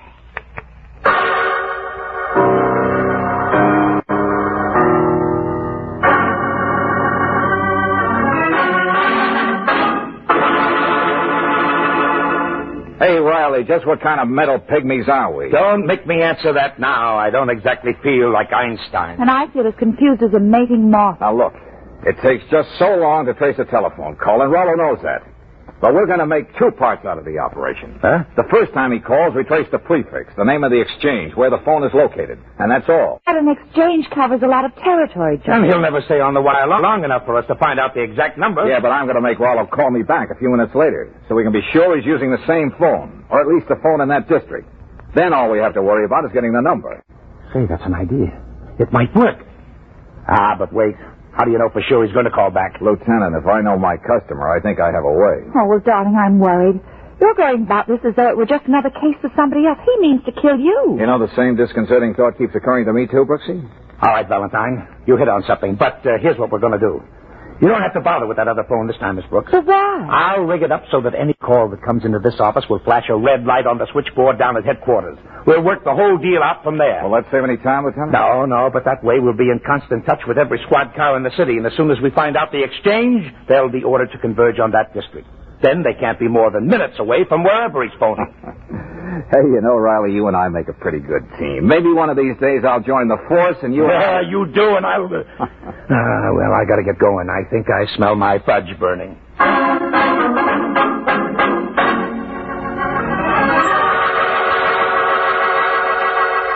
All right, Brooksy, if that's Riley, you got the pitch. Operation Runaround. Yes, George. But don't play it too big. No. He may get suspicious and hang up. Now, go ahead. George Valentine's office. Mr. Valentine, please. Oh, well, now, isn't that a shame? Mr. Valentine just stepped out. Oh, well, just a minute. Maybe I can get him before he reaches the elevator. This ought to give us a few seconds. Yeah, we better not make it too long, George. No. Hey, I know a way to waste a couple of seconds. Come here. No. I wouldn't call that a waste, darling. Thanks, Miss Brooks. Hello, Valentine. I thought you'd like to know that I've made up my mind how I'm going to dispose of you. Oh, I'm vaguely interested, Rollo. But this time I'm going to do the talking, and you can hang up whenever you feel like it. But I think you'll stick with me. What's that? I told you once you weren't going to get away with it. Now I'm sure. I know enough about you so I can really grease the skids under you. It's just a matter of time. Come, why don't you stop whistling in the dark? Let me tell you about yourself, Rollo. I know you're a pianist. Probably a very well-known artist once. Then something happened to your hands. That's right. Go ahead. Take a look at them. Suddenly you couldn't give any more concerts. Your whole life came to an end for you. You had to have your revenge against the world. Stop it. Where hands played an important part in anybody's life, you set out to destroy him. You were the one playing the piano in the apartment next door to Honey Evans. Thinking about it now, that was a pathetic performance. And your handwriting, the miserable scrawl. I'm going to hang up. No, this time I'll hang up. In a few minutes, I expect more information that'll make it easy to put the arm on you. Well, how did you pull all that out of your hat? A little elementary deduction and a generous helping of guesswork. Musical references, Motif, Wagner. And he knew enough about Pluck Holmes' piano to turn it into an atom bomb. All that Brooksy, and he's as mad as a coot. Yes, but will he call you back? If he doesn't, we're right where we started. He's sweating blood, Angel. He's all mixed up. That cookie won't rest till he finds out just how much I do know about him.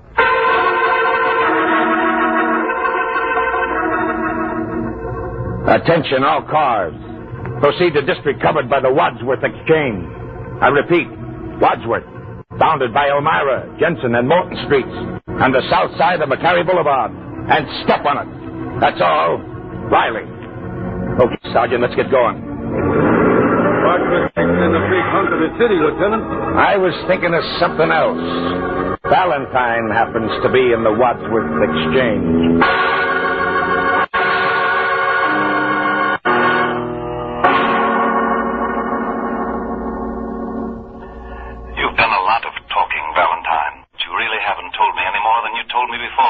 Still, you couldn't resist calling back, could you, Rollo? Merely curious. Now I know it was just rather skillful deduction on your part. You don't actually know too much, and it doesn't alter my decision one bit. Oh, that's nice. Let's hear about it. Oh, no. Time is running short again. You know the 3 minutes it takes to trace a call. But I'm coming to get you, Valentine. Oh, George, I can only take so much suspense. Yeah. Well, we know how he's got the exchange. But were they able to get the number? A second, one way or the other, makes all the difference. Rollo said he's coming to get me. Oh, darling. Oh, figure of speech, Angel. He likes the elaborate touch, that's all. He wouldn't just walk in here and blow my brains out. Oh. Hey, where's that coming from? The next office. Yeah. The same thing that was being played the morning Honey Evans was killed. But it wasn't played that way. This isn't just a coincidence. I'm going to see what this is all about. Get back inside, Valentine. What the...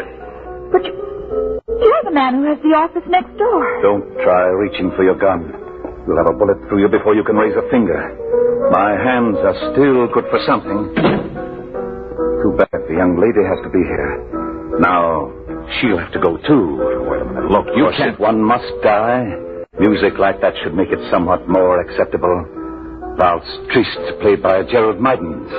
One of my most famous recordings. Next door all the time. So that's how you know almost every move I made. Think of all the times you saw my name on the door. Gerald Mydens, concert management. 15 years ago, it was Gerald Mydens, a promising young pianist.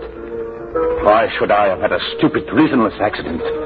Why couldn't it have happened to someone like the four you know about?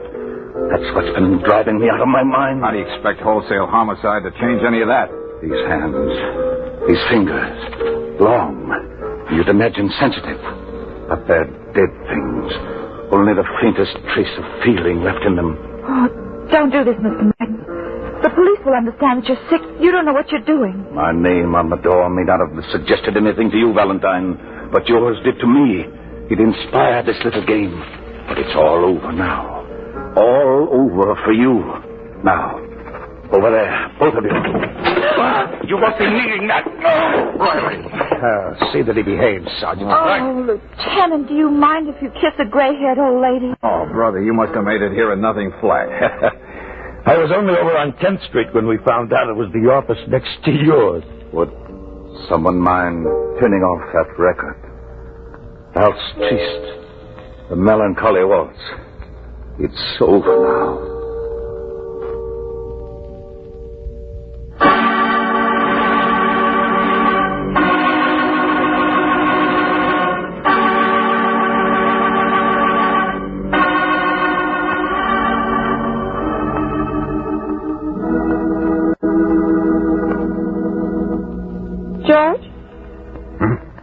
notice our new neighbor in the next office?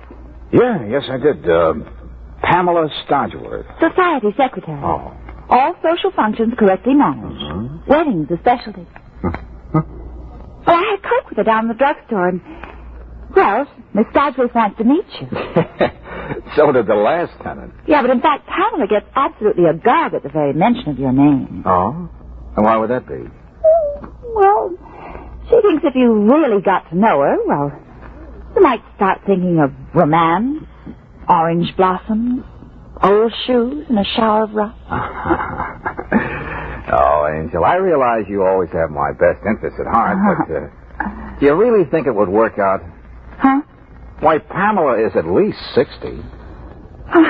No comment.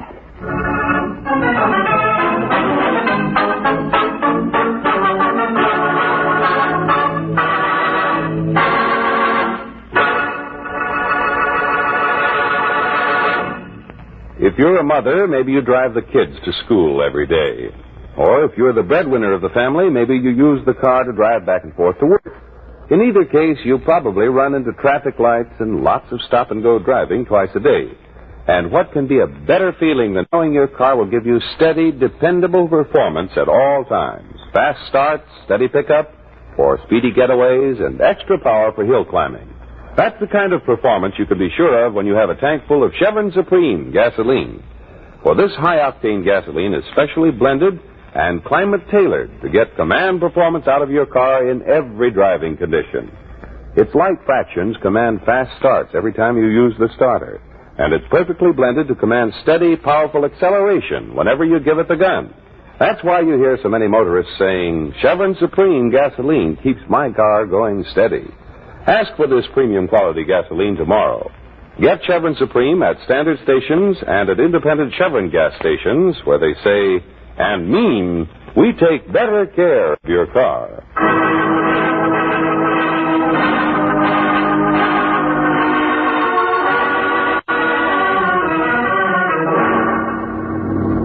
Next week, when you tune our way for another adventure of George Valentine, you'll find a very distraught Brooksy waiting by a roadside as...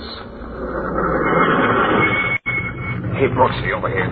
Oh, George, Have you got that prescription, Brooksy? Let me have it. Sure, but what... Now get inside and take the wheel. I can't. Oh, George, you know you're scaring me to death, don't you? Well, that makes a couple of scared people. Let's just hope this stuff works, or you'll be looking for a new boss. Now step on it.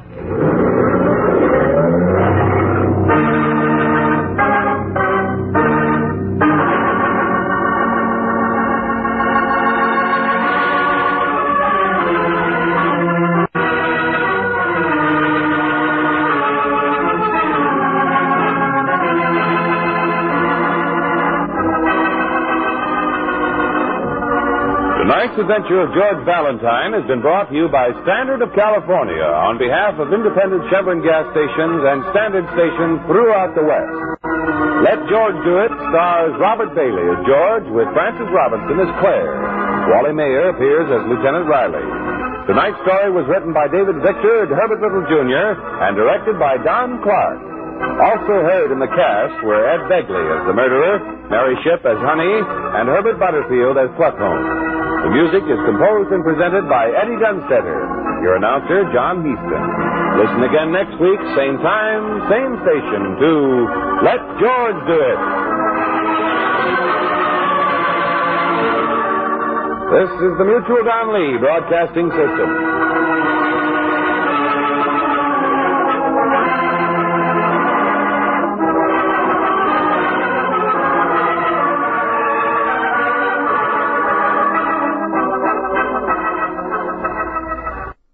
Welcome back. Well, this episode is actually mislabeled in a lot of sets as the motive is murder rather than the motif. This episode really went with Monday's Box 13, and it's really kind of interesting when you have these coincidental similarities. Obviously not exactly the same thing. But similar style plot lines. This was very good, very suspenseful, and gripping storyline with just a good amount of deduction. And it illustrates one of the big things I always say about Let George Do It. You never know quite what's going to happen. This one, he didn't sock anybody, which makes it stand out from a lot of the other recent episodes. All right, we have a few comments. First one's a technical issue. First of all, thank you for the work that you do. I love the Great Detectives and Dragnet. I recently started experiencing a problem with Great Detectives download on my iPod Touch. When I download the show and then go to play it back, it starts from the last 5 minutes of the show, and it doesn't appear I can rewind it. I can from my home computer, but not on my iPod Touch. I don't have the same problem with Dragnet. Do you have any suggestions? Again, this is a recent problem. I'm not a technical expert on how to make things work on specific platforms, as long as everything's coming okay from my end. The big things I recommended to this particular listener is to try unsubscribing and resubscribing. That's always a good troubleshooting step. And then the other thing is you can download directly off the site and then download it into a folder, add the file to your iTunes library as a workaround, which I know is kind of annoying. If anybody else has an idea as to what might be causing the problem, email it to me at box13@greatdetectives.net, and I'll forward it along to our friend. We got a couple other quick comments. I'm a 37-year-old mother of 2 and deliver newspapers to people's houses in the wee hours. Your podcasts make the time pass quickly and keep me company. Keep up the great work. My vote goes to for Nero Wolfe. And remember, to have your vote count needs to be done. Go to podcastally.greatdetectives.net and leave the name of Nero Wolfe in the comments. And finally, this one off of Podcast Alley. I download this podcast on a daily basis, working my way through the archives. Great show, Adam. Well, I thank you so much. I appreciate your comments.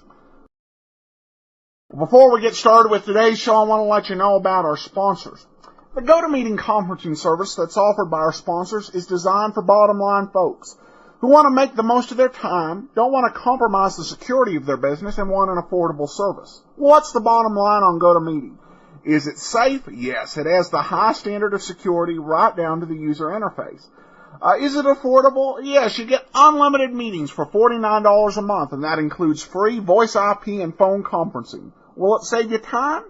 Judge for yourself. Listeners to this program can get a 45-day free trial to GoToMeeting. For this special offer, visit GoToMeeting.com/podcast. That's GoToMeeting.com/podcast to begin your free trial. Now, let's go ahead and get into today's episode of Sherlock Holmes, The Living Doll. Petri Wine brings you Basil Rathbone and Nigel Bruce in the new adventures of Sherlock Holmes.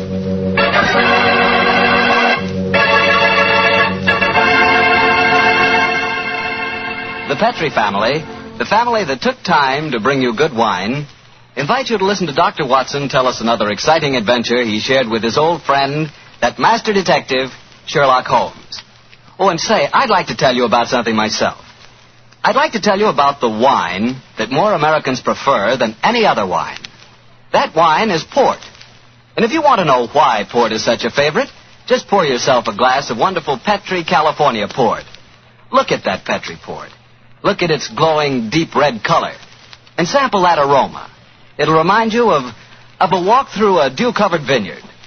And now taste that Petri port. Boy, you've got something. Petri port is one of the most delicious wines ever poured from a bottle. Right then and there, Petri port will become your favorite wine. I'm confident of that. And I'm sure you'll want to serve Petri port to your friends, too. After dinner or any time they drop in for a visit. And remember, you can serve Petri port proudly.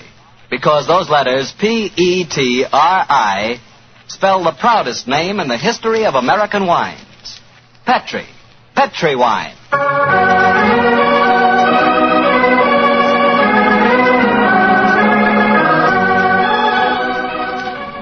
And now I'm sure our good friend Dr. Watson's ready for us. Let's go in and join him. Come in. Ah, there you are, Mr. Barker. Good evening. Oh, excuse me, Dr. Watson. I I didn't know that you had company. Shut the door, my boy, and come in and join us. Let me introduce you, Mr. Bartell. This is my friend, Mrs. Campbell. How do you do, Mrs. Campbell? How do you do, Mr. Bartell? Mrs. Campbell is a very old friend of mine from England, and when she called on me today, I persuaded her to stay and have dinner, and then join us in this little session of storytelling. You see, Mr. Bartell, she's really what you might call the star of the Sherlock Holmes adventure that I'm going to tell you tonight. Oh, come now, Dr. Watson. I actually played a very small part in the story. In any case, I was much too young at the time to know what was really going on. Say, this is a great idea, Doctor. One of the characters out of your fabulous past here in California in 1946 and helps tell her own story. Oh, no, Mr. Bartell. I'm no storyteller. That's the doctor's department. I'll just listen. No, my dear. I'll set the scene, but you must bring up the curtain, as it were.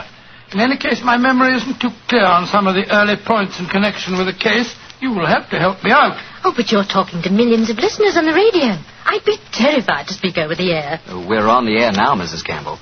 Oh, we're not, are we? Oh, dear. No. Don't worry, Cynthia. If they're kind enough to listen to me week after week, I'm sure they'll be delighted to hear you. And now to get on with the story. The title, The Adventure of the Living Doll. The setting, the Sussex Downs, near the bee farm to which Sherlock Holmes retired. The period, 1910. And now, Cynthia, my dear, the curtain's going up, and the first scene belongs to you. Supposing you set it for us. Well, I'll try. We were living on the Sussex Downs also, Mr. Bartell, at that time. My name was then Cynthia Browning.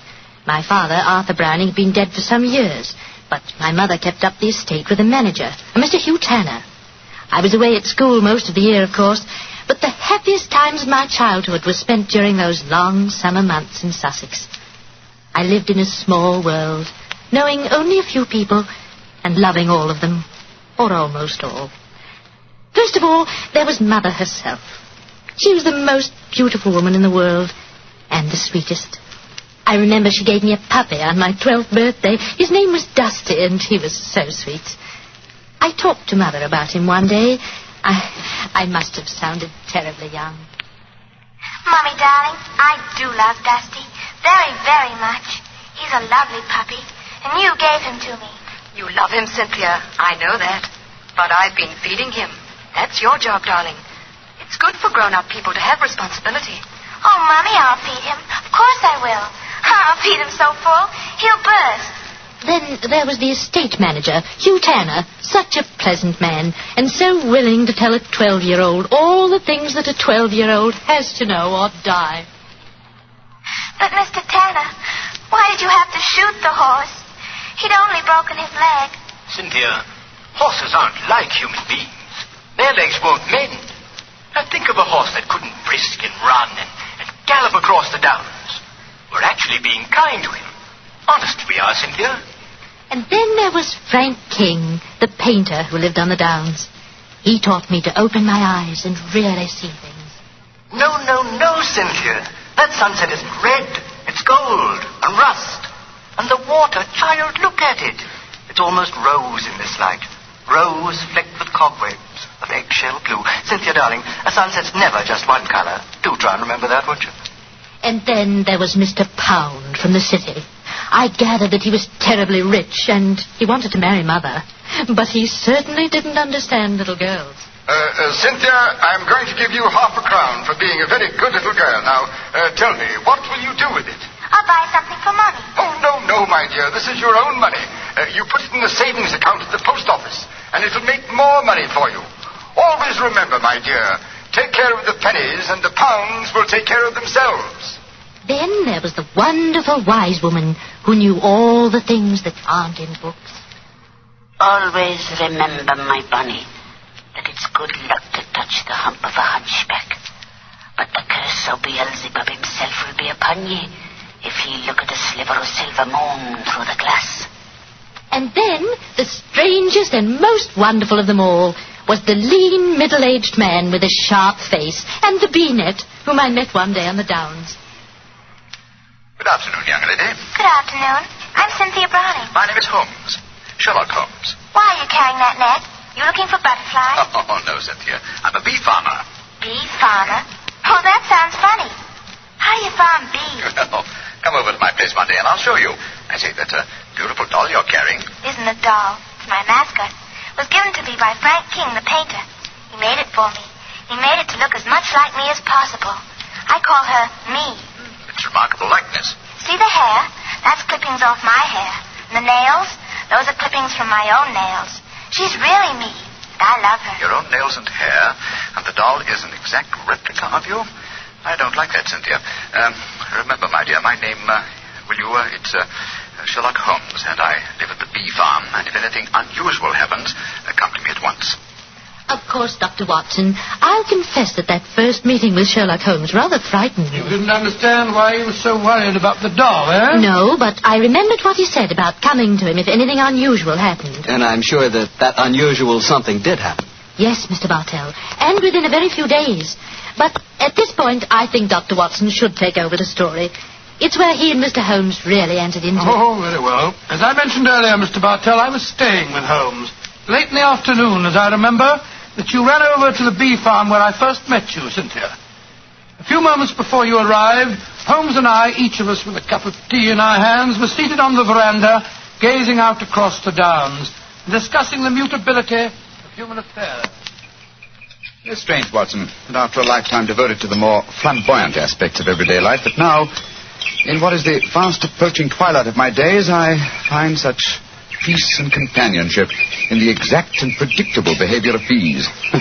I wonder what Moriarty would have thought. Oh, you talking as if you're an old dodder of 90. You say what you like, but I don't think that you'll ever really be happy in retirement. You miss the danger, the excitement of the chase, the public acclaim. What are you talking about? My work was never for the public.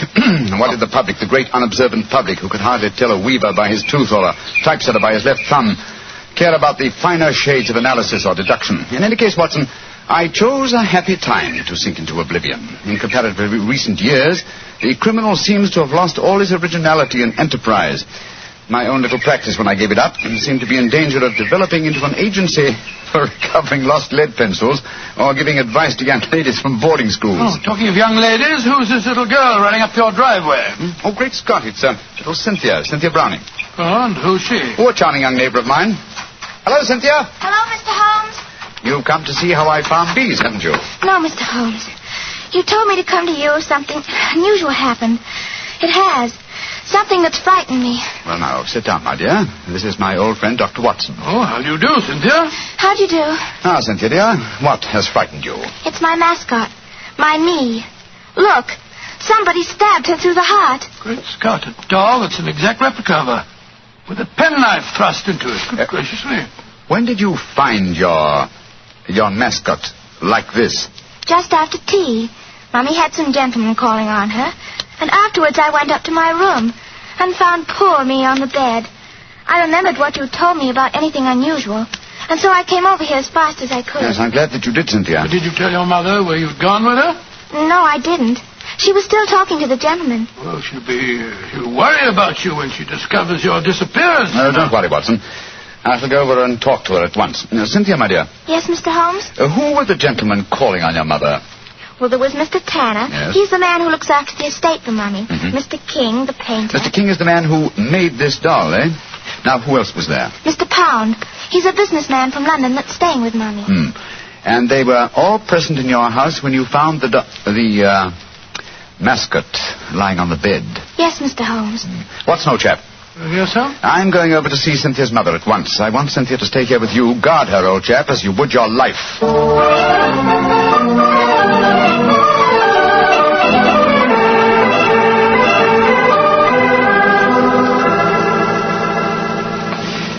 Mrs. Browning, I know I must seem like an intrusive neighbor, but possibly you've heard of me. My name is Holmes, Sherlock Holmes. Well, who hasn't heard of the famous Sherlock Holmes? Please sit down, won't you? Thank you. Your guests have left? Yes. But how did you know I had guests? I know you're a great detective. Your charming little daughter, Cynthia, came over to see me half an hour ago. She told me. So that's where she went. Did she come back with you? No, Mrs. Browning. I felt it safer that she remained at my place for a while. My friend, Dr. Watson, will look after her. I'm afraid she may be in danger. In danger? Mr. Holmes, what makes you say that? You know your daughter's doll, the one fashioned in her own likeness and with her own hair and nails? Of course. Frank King made it for her. While you were at tea this afternoon, your daughter found the doll lying on her bed. with a penknife stuck through its heart. That's very peculiar.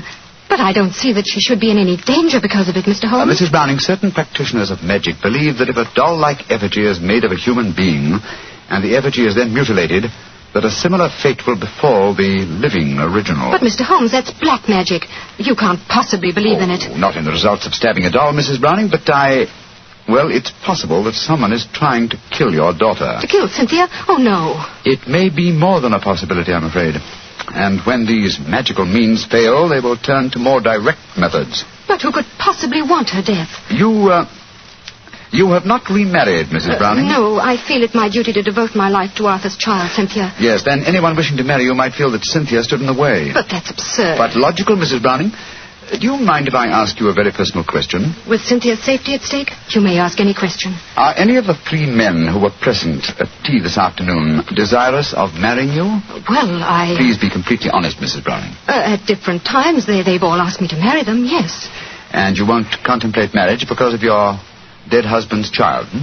Tell me, Mrs. Browning, have you seen this penknife before? It was the one found stuck through the doll's heart. I don't think I've ever seen it before. One final question. Would anyone among Cynthia's acquaintances have a knowledge of the practice of magic? Well, the old woman that Cynthia calls the wise woman might. Oh, who might she be? A strange creature that lives in some hovel on the downs near here. She brews weird concoctions with herbs, love philters, and all that sort of thing. I'd be a suitable companion for your daughter, Mrs. Browning. I know it, Mr. Holmes. I've told Cynthia over and over again that she mustn't stray off and see the old woman. But you know how disobedient children are at her age. I'm sure she's been over there recently. I'd like to talk to this woman. Where does she live? I don't know exactly, but Frank can take you there. He used her as a model. Frank King, the painter? Yes, he lives in the village. Then I shall call on him at once and persuade him to accompany me. We must find that wise woman and I hope save your child from magic. Magic and possible murder.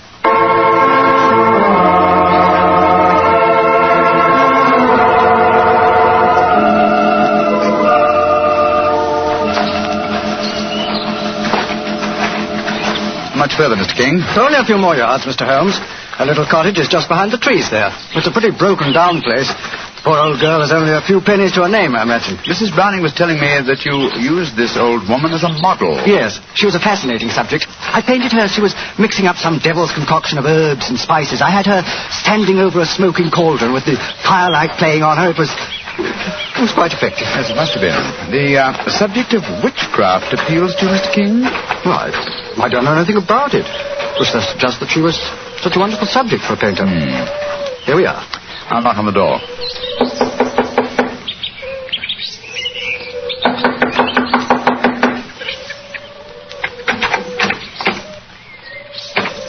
I think we'll take the liberty of going in, shall we? I don't see why not.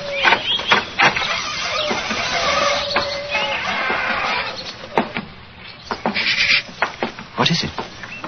Listen. Came from that room. Someone is here. Come on.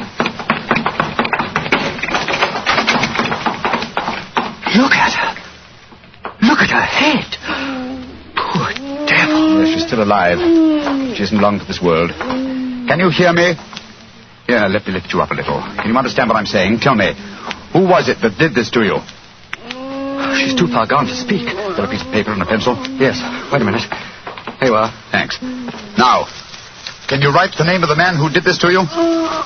She's pushing the pencil away. I don't suppose she knows how to write. She's trying to show you something, Mr. Holmes. She's trying to crawl over to the wall. Yes. Here, let me help you. This will be a hiding place of some kind. Look. She's taking a brick out of the wall. What is it? Great Scott. Money. A veritable jackdaw's nest of pennies. And small silver. And at least a dozen golden sovereigns. That must be the money. Look! She's picking out one of the silver coins. She's trying to give it to you. A sixpence, but what? Oh, poor woman, she's dead. Just as she was trying to tell me something. I can't understand it. Golden sovereigns in this hovel, and she was showing you a silver sixpence as she died. Mr. Holmes, what are you going to do? First, check on the young girl's safety. Meanwhile, I should like you to go back to your mother's. Assemble the other 2 men who were present at tea time this afternoon and keep them there until I arrive. I shan't be long. But the police... I shall summon them, Mr. King, when I have the murderer to offer them. And I'm convinced But that will be before the sun sets tonight.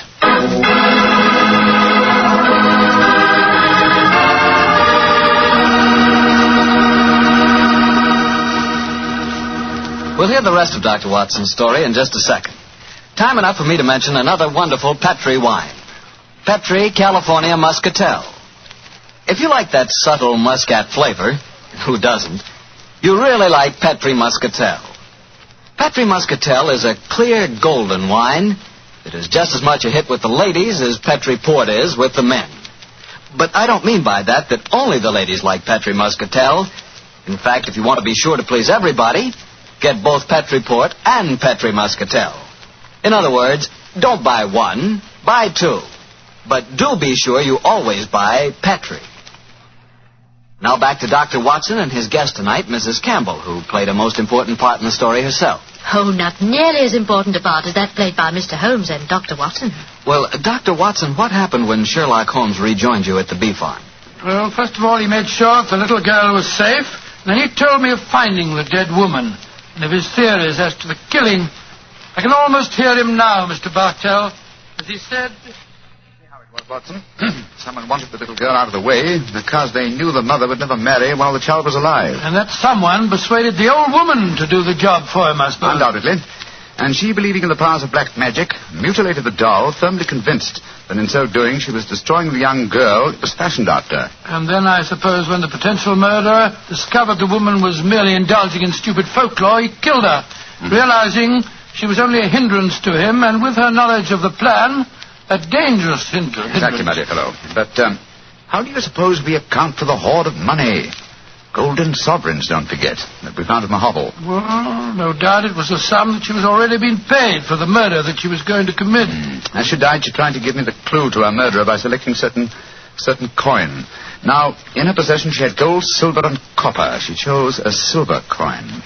And yet I can't see its significance, I must confess. Well, at the moment, possibly not. And yet, before the evening's over, I bet you that... What did you say, Watson? I said before the evening's over, I bet you... Thank you, old fellow. That's the clue. You bet me. What on earth are you talking about, Holmes? I was just saying... You've just given me the answer to the whole problem, Watson. Huh? I'm much obliged to you. Stay here, will you, old chap? And look after Cynthia a little while longer. Within a very short time, I shall have her intended destroyer under lock and key.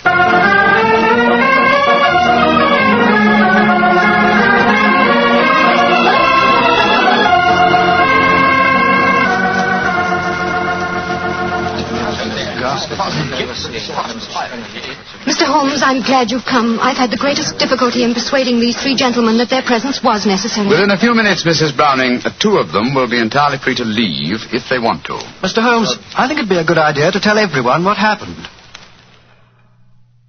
Yes, Mr. Pound, Holmes, I think it'd be a good idea to tell everyone what happened. Yes, how do you do, Mr. Pound? How do you do, Mr. Holmes? Look here. If there's some scandal down here... there is, Mr. Pound. Then I want my name kept out of it. You hear? I have a seat on the London Stock Exchange. Oh, very comfortable for you. Yes. And the other gentleman, by the process of elimination, must be Mr. Hugh Tanner, the manager of your estate, Mrs. Browning. Yes, I'm Hugh Tanner. And now, Mr. Holmes, supposing you tell us what this is all about. I'm a straightforward man, and all this mystery is rather aggravating. Something has happened. Something that concerns us all. What is it? Murder. Murder? Good Lord, who's been murdered? An old woman who lived in the village. Your daughter, Mrs. Browning, referred to her as the wise woman. Mr. King and I found her tonight in her cottage on the downs, beaten to death. Murdered. Well, that's shocking, but what's it got to do with us? I'll explain, Mr. Pound. Each one of you, I believe, would like to marry Mrs. Browning. Her daughter, Cynthia, is an obstacle to such a marriage. One of you decided to remove that obstacle and engaged the wise woman to carry out the plan. Finding the woman clumsy and ineffective, you decided that she was a dangerous witness, and so you murdered her. Fortunately, the poor woman, as she was dying, gave me the clue to her murderer. But how did she do that, Mr. Holmes? I thought you said that she died without speaking. She did, Mrs. Browning, but she gave me the clue nonetheless, though I was shockingly slow in spotting it. Well, what was the clue? Yes, let's stop being mysterious and come out into the open. You were with me, Mr. King. As she died, I shall let you tell them. Well, she was dying, unable to speak when Mr. Holmes asked who had attacked her. She couldn't write, but she showed him a hoard of copper and silver coins and a dozen golden sovereigns. Sovereigns in a hovel like that? Oh, I see. She meant her murderer was the man who had paid her. And with all that ill-gotten wealth, she died clutching a silver sixpence. And you still don't see who the murderer is? Come along, gentlemen. You should know it as well as you know your own names. Now, Mr. King mentioned that there were a dozen sovereigns. Whose name does a sovereign suggest? Sovereign? King! You, Frank King, were the murderer. Oh, that's ridiculous. The old woman wasn't exactly a mastermind. Why should she be so indirect? And how much is a sovereign worth? £1. And your name, my friend, with a seat on the London Stock Exchange is Pound, isn't it? This is absolutely absurd. I can prove that I've never even met the woman. Well, what is the answer, Mr. Holmes? I'm sure that you know it. The answer is obvious, Mrs. Browning, though I'm ashamed to say that a chance remark of Dr. Watson's gave me the clue. Oh, now look here. Stop beating about the bush, Holmes. What is the answer? A very simple one, Mr. Pound. With 12 golden sovereigns at hand, sovereigns that would suggest either the name of King or Pound, what coin did the dying woman select? A sixpence. Exactly. A humble silver sixpence. And what is the common slang word for a sixpence? A tanner. Precisely. Which tells us that you, Mr. Hugh Tanner, killed the wise lady. Try and prove it. That's all. Just try and prove it.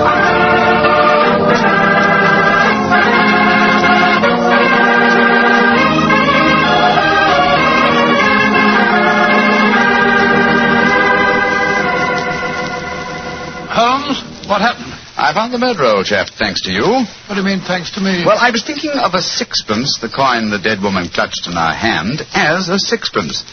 When you said, I bet you, I thought of the much-used expression, betcha Tanner. That gave me the clue to the whole business. The dying woman was obviously trying to indicate that Hugh Tanner was her murderer. He confessed, you say, before the police arrived. Yes, after Frank King, the artist, had started to give him something of the thrashing he deserved. Oh, I take no particular pride in the case, Watson. Without your chance remark, I might easily have overlooked this obvious clue that the dying woman gave me. As I've said before, old chap, I should not attempt to emerge from my retirement. Yes. It's obvious that my reflexes are shockingly slow. Rubbish. The police would never have solved it. Oh, my dear Watson, when you compare me with the police, I realize that my retirement should be permanent. By the way, where is Cynthia? Well, I arranged with your housekeeper for her to have an early supper. Some kippers, a poached egg or two, a piece of that treacle tart we had last night, and a pot of tea. Oh, for a 12-year-old girl, my dear Watson, this is an occasion when I might accuse you of being a potential murderer. Oh, come now, Holmes, you know perfectly well. Here she comes now. Hello, Cynthia. Did you enjoy your supper? It was lovely. Thank you, Mr. Holmes. Is everything all right? Can I go home now? Yes, Cynthia. Everything's all right. Tell me, my dear, did you ask Mr. King to make that mascot for you? Yes, Mr. Holmes. The wise woman told me it would bring me luck. Oh, yes, I thought so.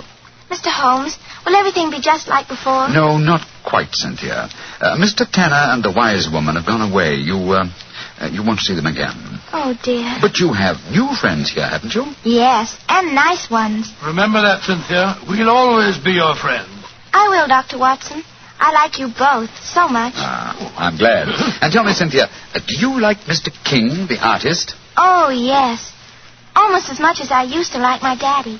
Uh-huh. He's like my daddy, a little. Oh, I'm glad to hear you say that, Cynthia. Tell your mother the same thing, will you? I think it might change a peculiarly foolish notion of hers.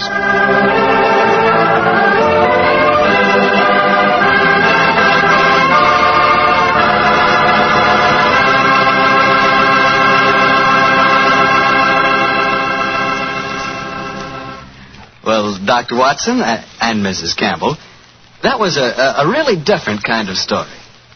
I'm sure glad you were here tonight, Mrs. Campbell. Tell me, has Dr. Watson changed much since you last saw him? Well, yes. I think he's grown handsomer. And what about Mrs. Campbell, Doctor? Has she changed? Well, she's more grown up than the last time I saw her, but she hasn't changed much in one respect. What's that, Doctor? Your appetite, my dear. Oh. I remember how Holmes was amazed at the amount you ate when you were a child. But you certainly had just as hearty a dinner this evening. Well, that was your fault, Doctor. Your dinner was too good. Oh, Cynthia, don't talk about the wine. Well, why shouldn't I talk about the wine? It was wonderful. Sure it was. It was Petri wine, that's why. You see? Now you've got him started. And Mrs. Campbell, Petri wine is always good wine. That's because the Petri family has been making wine for generations. Ever since long ago when they started the Petri business, winemaking has been an art with the Petri family.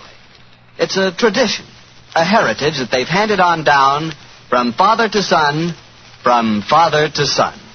Believe me, when it comes to turning luscious, sun-ripened California grapes into fragrant, delicious wine, well, you can bet your last dollar that the Petri family really knows how. No matter what type wine you prefer, for any occasion, you just can't miss with a Petri wine, because Petri took time to bring you good wine. Well, Dr. Watson, what new Sherlock Holmes adventure are you planning to tell us next week? Well, as next week has St. Patrick's Day is only about 6 days away, Mr. Bartell, I thought next week that I'd tell you a rather unusual story that took place in Ireland at the turn of the century. It concerns the famous ceremony of kissing the Blarney Stone, St. Patrick's Night Revel, and an old Irish ballad that led directly to one of the most devilish murders that Sherlock Holmes and I ever encountered.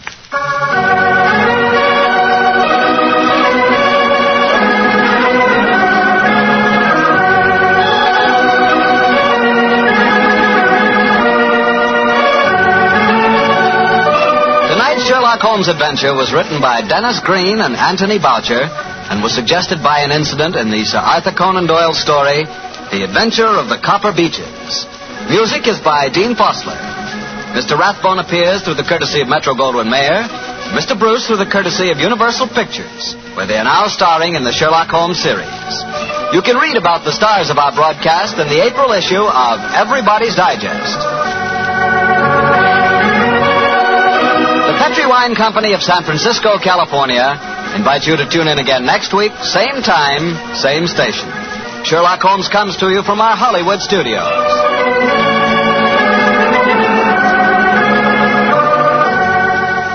This is Harry Bartell saying goodnight for the Petri family. For a solid hour of exciting mystery dramas, listen every Monday on most of these same stations at 8 o'clock to Michael Shayne, followed immediately by Sherlock Holmes. This is the Mutual Broadcasting System.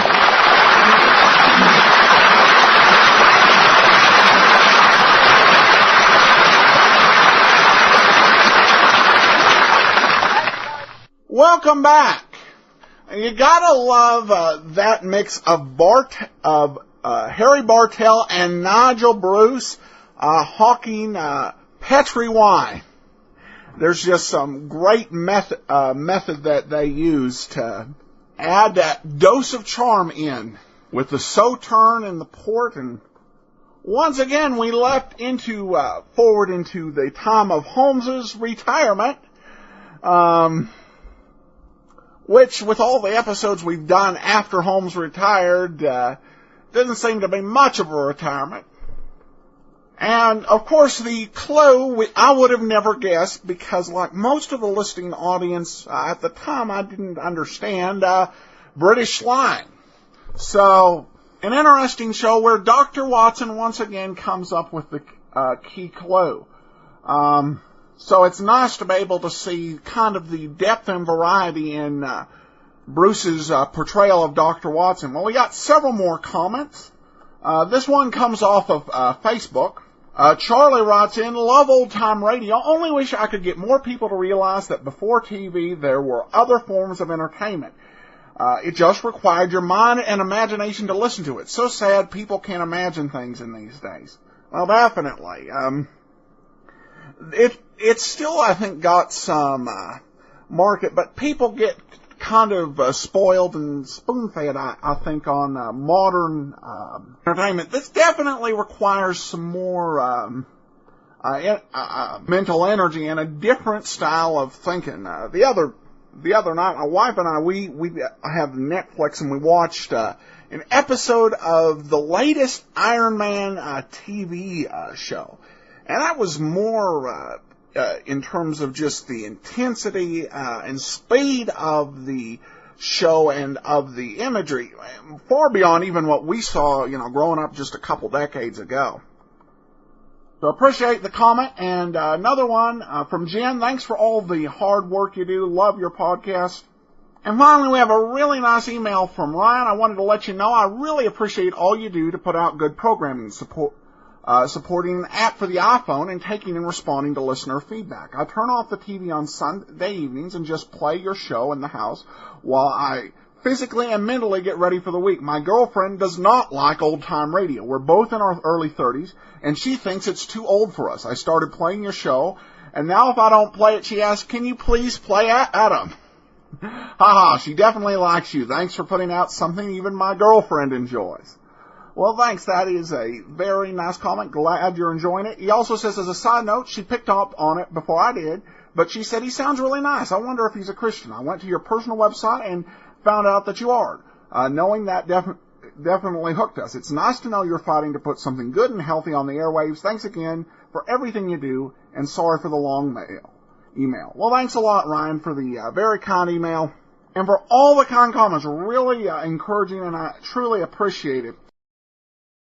Well, we're once again back to the point of being a sustaining show. We appreciate the sponsorship last quarter of Citrix and GoToMeeting. However, that's stopping for now, so we will once again accept sponsorships. Those who would like to sponsor an episode or more, we'll have information over at greatdetectives.net, and well as advertising from some of the from small business as well, with some affordable information on that. That's available at sponsor.greatdetectives.net and advertising.greatdetectives.net. Before we get into today's episode of yours truly, Johnny Dollar, I want to let you know about Johnny Dollar Air. JohnnyDollarAir.com is through Priceline, and it allows you to name your own price on hotels, rental cars, airline tickets, as well as being able to choose from published fares. As you make your travel plans for the rest of the year, remember JohnnyDollarAir.com. Well, let's get into today's episode of yours truly, Johnny Dollar. The Bello-Horizonte Railroad Matter. Wrigley's Spearmint Chewing Gum, the refreshing, delicious treat that gives you chewing enjoyment, presents for your listening enjoyment Edmund O'Brien as Johnny Dollar. George Donnelly, Swanson Industrial, Johnny. Afraid we're having engine trouble. Come again? We got a substantial policy on the Bello-Horizonte Railroad in Brazil, both equipment and personnel. It's only a small road, but our losses in the past few months have been extensive. What happened? 4 locomotives piled up in 2 months, 20 dead. We got a pair of conflicting reports. Looks like either insurance fraud or murder. With my luck, George, it's probably both.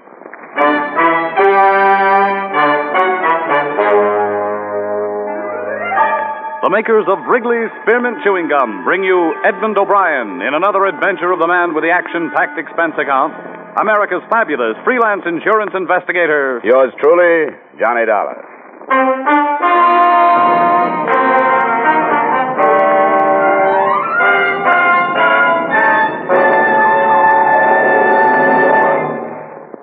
To make every day more enjoyable, treat yourself often to refreshing, delicious Wrigley's Spearmint Chewing Gum. Here's a taste treat you can enjoy indoors, outdoors, at work, or at play. The cool, long-lasting mint flavor refreshes you. The smooth, steady chewing helps keep you fresh and alert.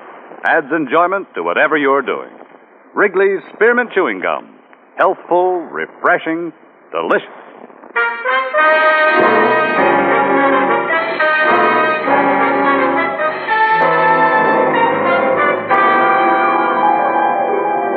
Expense account submitted by Special Investigator Johnny Dollar to Swanson Industrial Insurance Corporation of Hartford. Attention, George Donnelly. The following is an accounting of my expenditures during investigation of the Bello-Horizonte Railroad matter. Expense account item 1, $500.38, transportation Hartford to New York to Rio de Janeiro. I found the executive offices of the railroad all right. Avenue Graca Arana 392.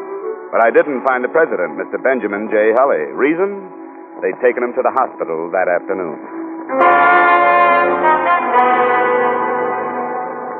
A nurse at the Santa Maria told me that Benjamin Hulley had left strict orders that the minute I came in, I should be admitted to his room. I found him propped up in a bed. There was the smell of alcohol and boiled milk. Ulcers. Peptic or duodenal, they don't know. Nobody knows. The end product, the bastard indigestion. Insurance? You'll have ulcers, too. Probably. It starts with heartburn, then annoying pain before meals, then all of a sudden you've got them. The disease of the businessman.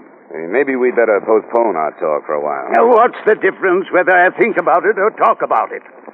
This way I get it out of my system. Otherwise, it eats at me. Consider yourself a treatment. Well, we'll cut it short. I can give you a condensed version. 4 locomotives, 20 dead. But what am I giving you this for? You've got reports.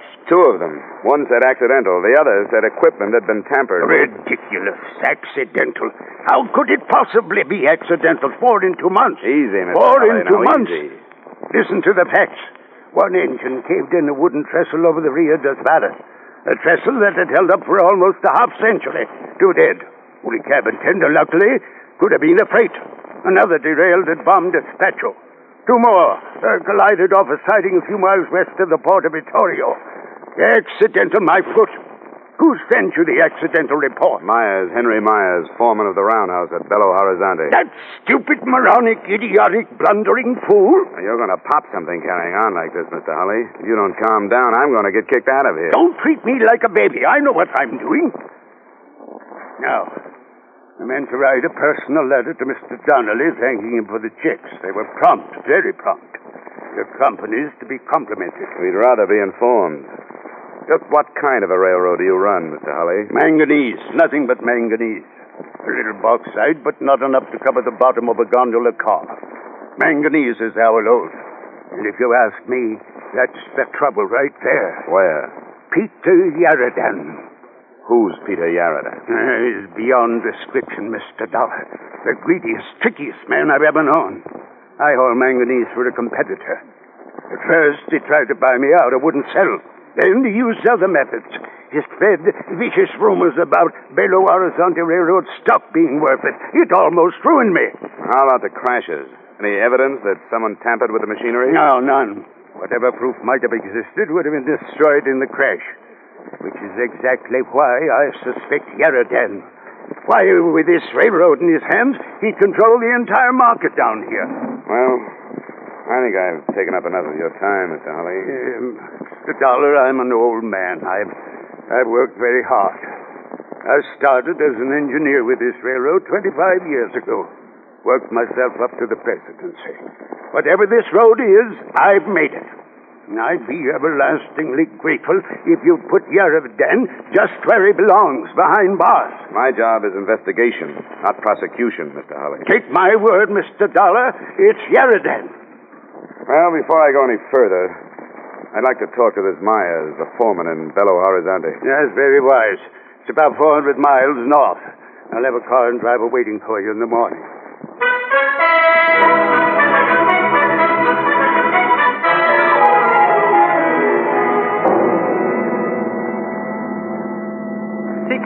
That is what my mother has named me. I do not know why. Perhaps after a pig or a cow. My mother named all her children after animals. It is what you might call nickname. Of course, nicknames are terrible things. They stick to you like paste. You like the way I drive? You drive swell. Swell?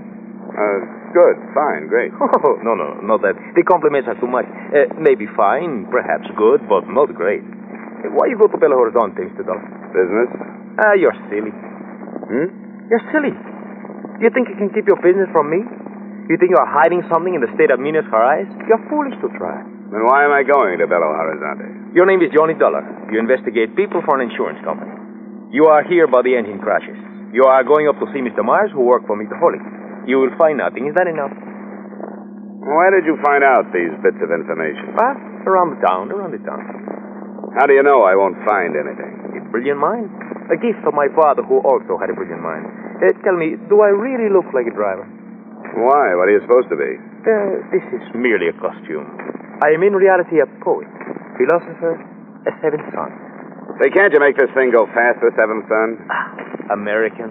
Through the mountains faster. You're crazy. That is why you make so much money, and that is why Americans have ulcers.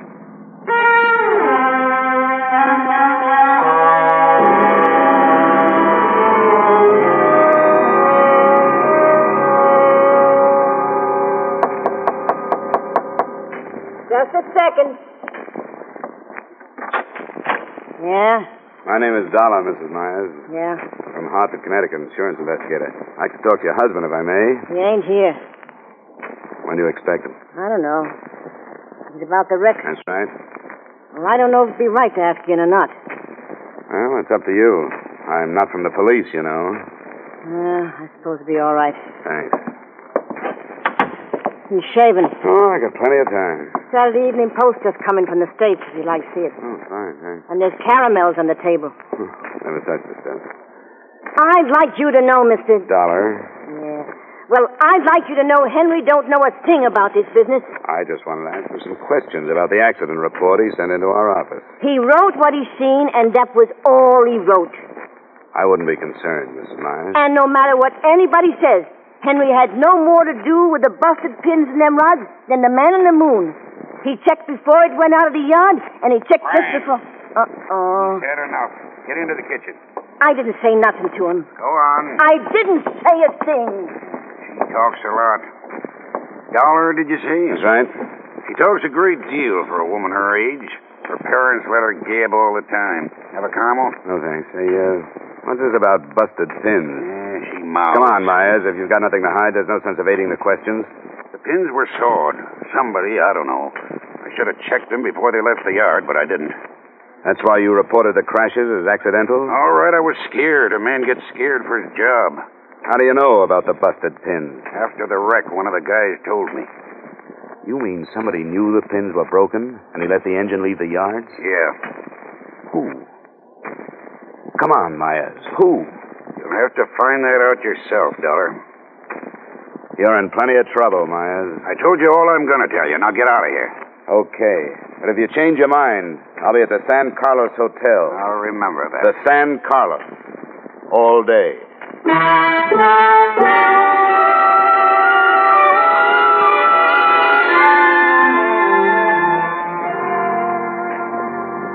If you sit here in your room all day, Mr. Dollar, you do not have the benefit of the sunshine which plays so gently upon the soil. I'm waiting for a call, Seeker. Are you certain you would not like another game of Monopoly? No, you won. It's company you are dull. Sorry. If it were not orders, I would go back home.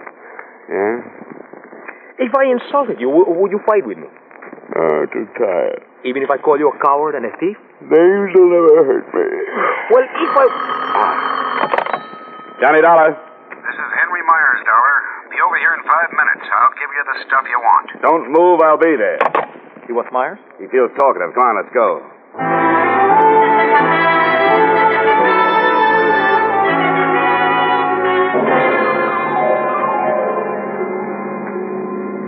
How did you know he would call? I didn't. Then why were you waiting? What else could I do? The American mind. Shrewd. Here. Let me over to the next corner. All right. And pick me up in about a quarter of an hour. No. I'll go in with you. All right, come on then. Do not run so fast. Oh, my Aunt Pete. Pooped. Pooped, Pete. No answer. Look on the floor. Myers. Looks like somebody had an earlier appointment. He's still breathing. Myers. Who did it, Myers? Vida. Go to Vida. He's dead. What is Vida? Don't look at me, Seeker. I don't speak the language. Somebody's coming. Mrs. Myers, come on, Seeker. Oh, hello. What you been doing? Talking to Henry? Don't go in there, Mrs. Myers. Why not? I get poison oak or something? It's my house. Don't, Mrs. Myers. It's your husband. What's the matter with him? He's dead. What? Somebody shot him. Let me in there. Mrs. Myers, please. Henry, I knew they'd do it. I knew they'd get him. I knew they'd get him. Mrs. Myers.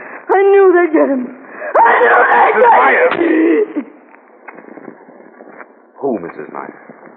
Who would get him? Yarrow. Wish I'd never heard the name. Yarrow.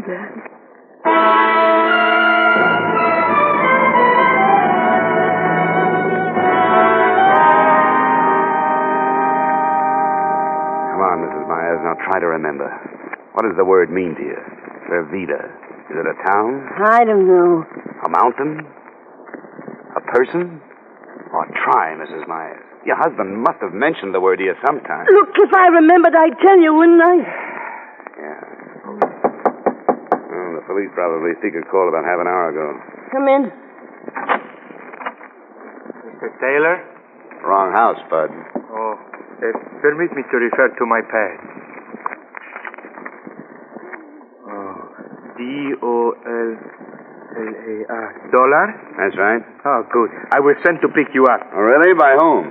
No trouble. I am properly armed. The woman and your driver will also come.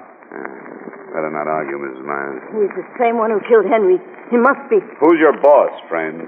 Yaradan, Mr. Dollar. Peter Yaradan.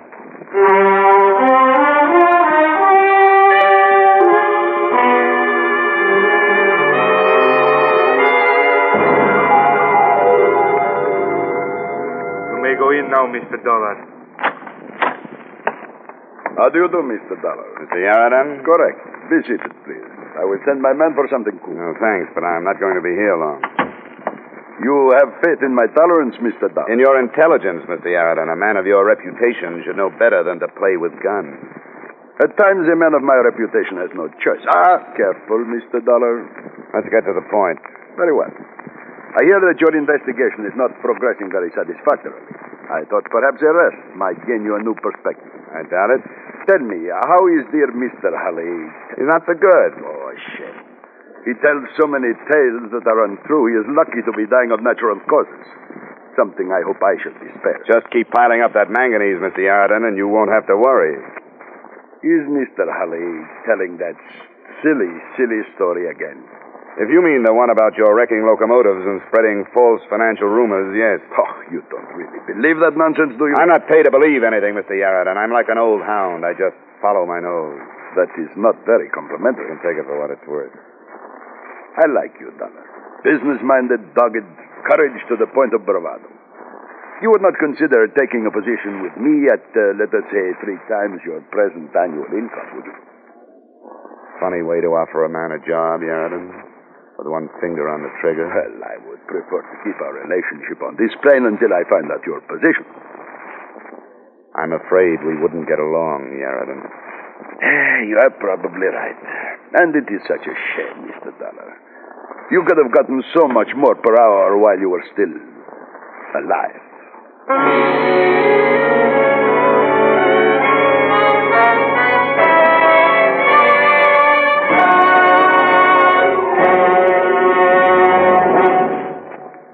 To make every day more enjoyable, treat yourself often to refreshing, delicious Wrigley's Spearmint Chewing Gum. A lively, full-bodied, real mint flavor cools your mouth, moistens your throat, freshens your taste. And the chewing itself gives you a little lift, helps you keep going at your best. So for real chewing enjoyment that's refreshing and long-lasting, always keep Wrigley's Spearmint Chewing Gum handy. Healthful, delicious Wrigley's Spearmint Gum will make every day more enjoyable.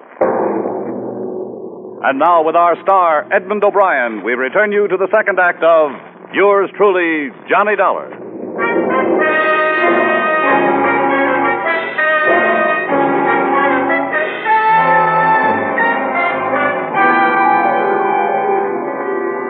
Yaradan smiled, but this was his living room. He wouldn't do it here.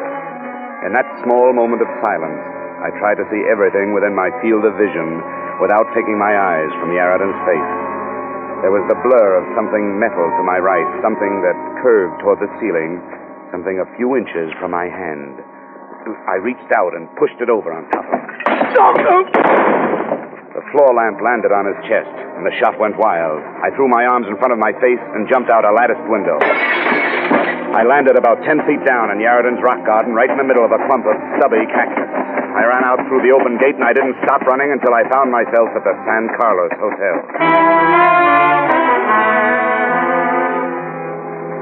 Expense account item 2, 3, 4, 5, and 6, $30.59 miscellany to tie up the loose ends. For example, telegrams, one to Hully, wishing him better health and asking him for a definition of the word Vervida. 2 more to the police of Bam Despacho and Victoria, requesting reports on the crashes. Another to the company in Hartford gently hinting at foul play. I wrote a full report of my findings, including names, left it with the notary public at the hotel, and ambled casually back to the large house of Peter Yarradin.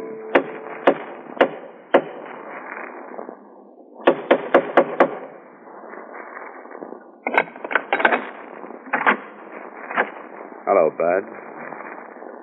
Well, don't just stand there with your teeth showing. Invite me in. Thank you. Now run to the study like a good little boy and tell your boss he has a caller. Hurry up now. Put up your hands, Mr. Dollar. Don't be silly. You don't think I'd come back here without adequate protection? Put that thing away. Come with me.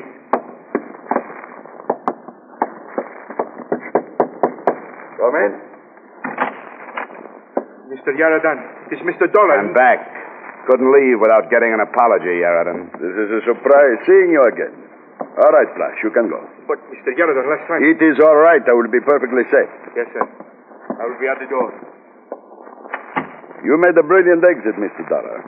However, it is a shame I frightened you with my innocent conversation. Fear comes in handy sometimes, Yarradin. It saved my skin a couple of times lately. You have contacted the police? Not about you. You have come alone? Alone. You have a remarkable mind, Dollar.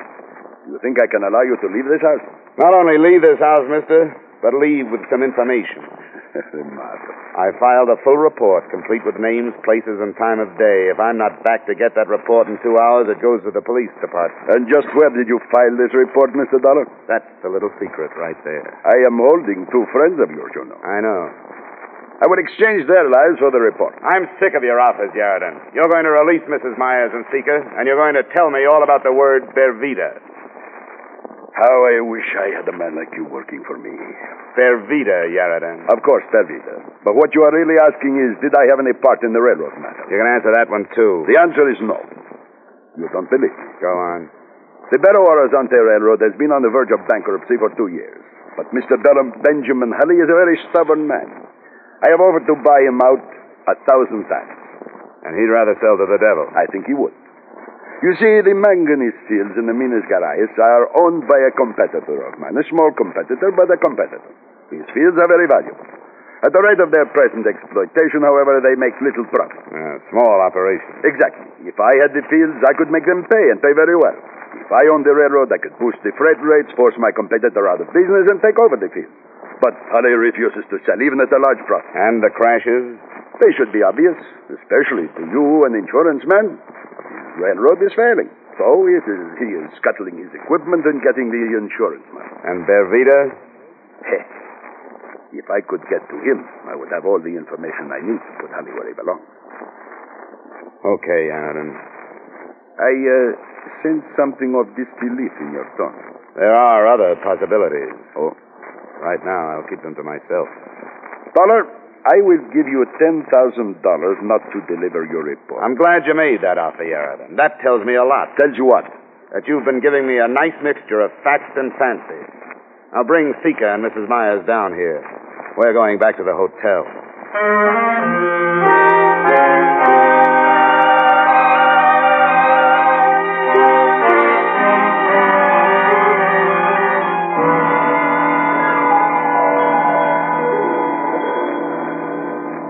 Look, Mrs. Myers, whoever he is, wherever he is, his life's in danger. If you don't trust me, you better find somebody real fast, or Mr. Bervida is going to be dead. Oh, they wouldn't kill him. He's in somebody's way, or Yarradin wouldn't be that interested. All right, all right. There was 20 killed in the 4 crashes, Mr. Dollar. 20 dead, that's right. Yeah, and 1 injured. A survivor. The only witness. Bervida. Yeah, Bervida. Where is he? Small cabin in the mountains. I'm the only one that knows besides Henry, and Henry's dead. Bervida was fireman on one of the engines that crashed near Victoria. He saw somebody pull the hand switch, so the 2 locomotives was on the same track. The engineer put on the brakes, but not quick enough. Bervida jumped. Thanks, Mrs. Myers. I think I'll have the notary mail that report on Yarradin to Hartford for safekeeping. And, Seeker, my boy, we're going to pay our respects to Mr. Bervida. You stay here in the hotel, Mrs. Myers. I want to know who killed my husband. I'll give you that information when I get back. I'll contact Rio and have Mr. Hulley's secretary put through an authorization for a locomotive and engineer to take me up. There's a dirt road, Mr. Dollar. Why don't you take a car? No. I think the locomotive is much faster. Seeger's right, Mrs. Myers. We'll go by rail. Mr. Dollar. Yeah? Would you mind very much if I stayed here in Bello-Horizonte? Wife and children, you know. Well, I never would have put you down as having a family, Seeger. Well, to tell the truth, I don't, but someday I hope to have.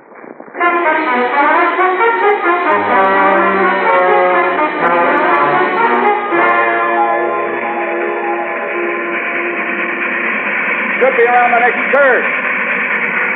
That must be the place. Up ahead. I won't be long. Keep the meter running.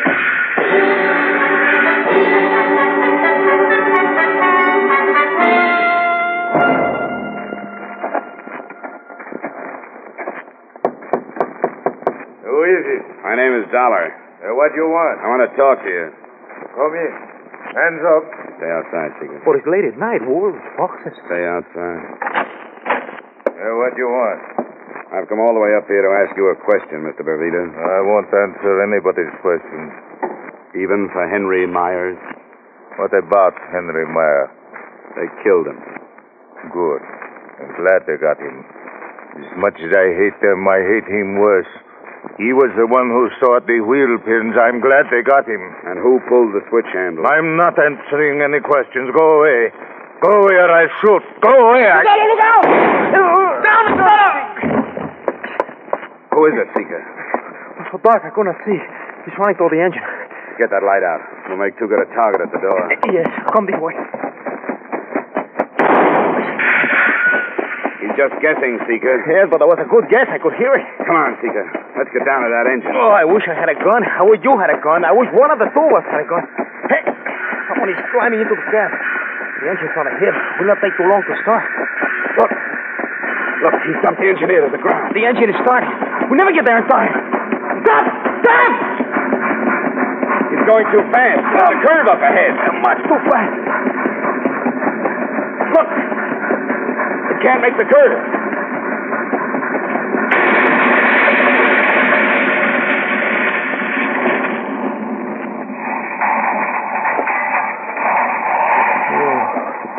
There is. Who could it be, Mr. Dollar? Who could it be?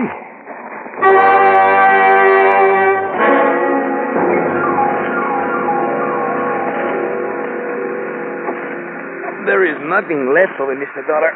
Nothing but twisted pipe. Look out. Don't touch it, Seeker. Most of it's still at boiling point. There is no sign of anyone. Yeah, but there was someone in that cab. Must be a trace of them somewhere around here. Come on, let's keep looking. But the boiler exploded. You think there was any part of a man in this bunch who wrecked you crazy, Mr. Dollar? Seeker. Look, up there. Did you find something? Yeah. There's a wallet.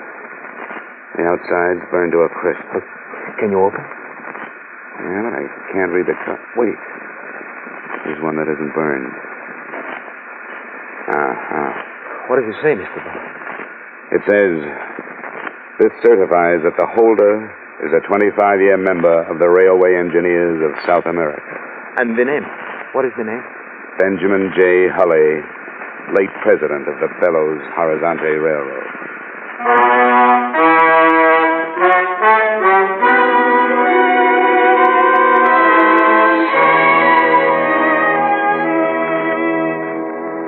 Here's the way it added up. Hulley had come by car.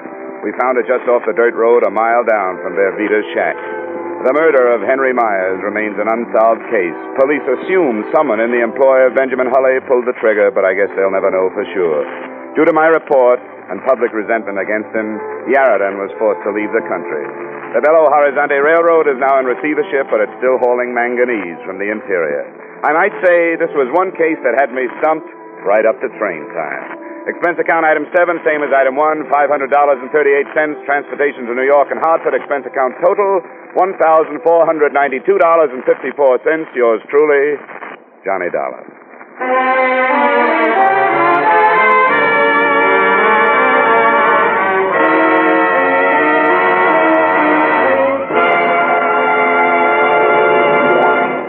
Remember, friends, to make every day more enjoyable, treat yourself often to refreshing, delicious Wrigley's Spearmint Chewing Gum. There's lots of cooling, real mint flavor in every stick. And chewing Wrigley Spearmint helps keep you feeling fresh and alert. You feel better, work better, get more fun out of doing things. So indoors, outdoors, wherever you go, keep some healthful, refreshing Wrigley Spearmint Chewing Gum handy. To make every day more enjoyable, treat yourself often to delicious Wrigley Spearmint Chewing Gum.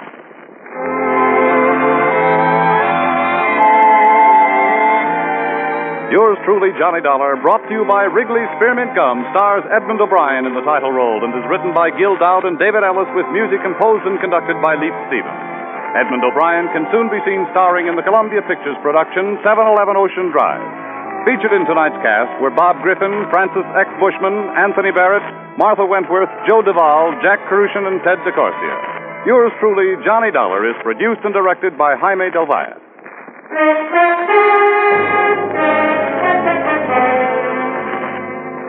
The makers of Wrigley Spearmint Chewing Gum hope you've enjoyed tonight's story of Johnny Dollar and that you're enjoying delicious Wrigley Spearmint Chewing Gum every day. We invite you to join us again next week at the same time when, from Hollywood, Edmund O'Brien returns in another adventure of Yours truly, Johnny Dollar.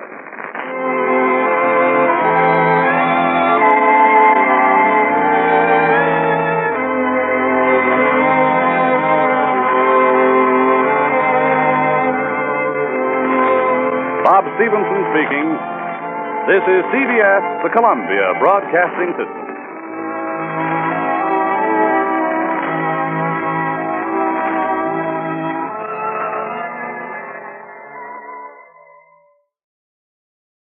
Welcome back. You know, the one thing that's really great about Johnny Dollar's position as an insurance investigator, it's a great role for a detective to be in, because he's got a little bit more flexibility than police in how he would conduct his investigation. Plus, he's got at his disposal the resources of the insurance company, so he's not entirely alone. So it's kind of a best of both worlds situation from a story standpoint. Once again, we get to hear from Francis X. Bushman, who was a great silent film star back around 1911, a very long, distinguished career, at one point known as King of the Movies. And whenever we do Nero Wolfe, you'll get to hear him in one episode of The Amazing Nero Wolfe, playing the role of Nero Wolfe. It's interesting about them mentioning the ulcer, with the idea throughout the episode that ulcers referenced several times as a result of stress, which was kind of the consensus notion until about a decade or so ago. It was discovered that the prime cause of the ulcers was actually some bacterial infection, but that stress could aggravate it. Your fun ulcer fact of the day. Got a comment from Facebook. Tony writes in, I find a lot of these shows are great to listen on the MP3 player. Well, thank you for your comment and your support. We'll be back on Monday with Box 13, and be sure to listen tomorrow to find out Candy versus Nero. Which are you going to get to hear this year? Send your thoughts to box13 at greatdetectives.net. Cast your vote for the show on Podcast Alley, podcastalley.greatdetectives.net, and follow us on Twitter at Radio Detectives. From Boise, Idaho, this is your host, Adam Graham, signing off.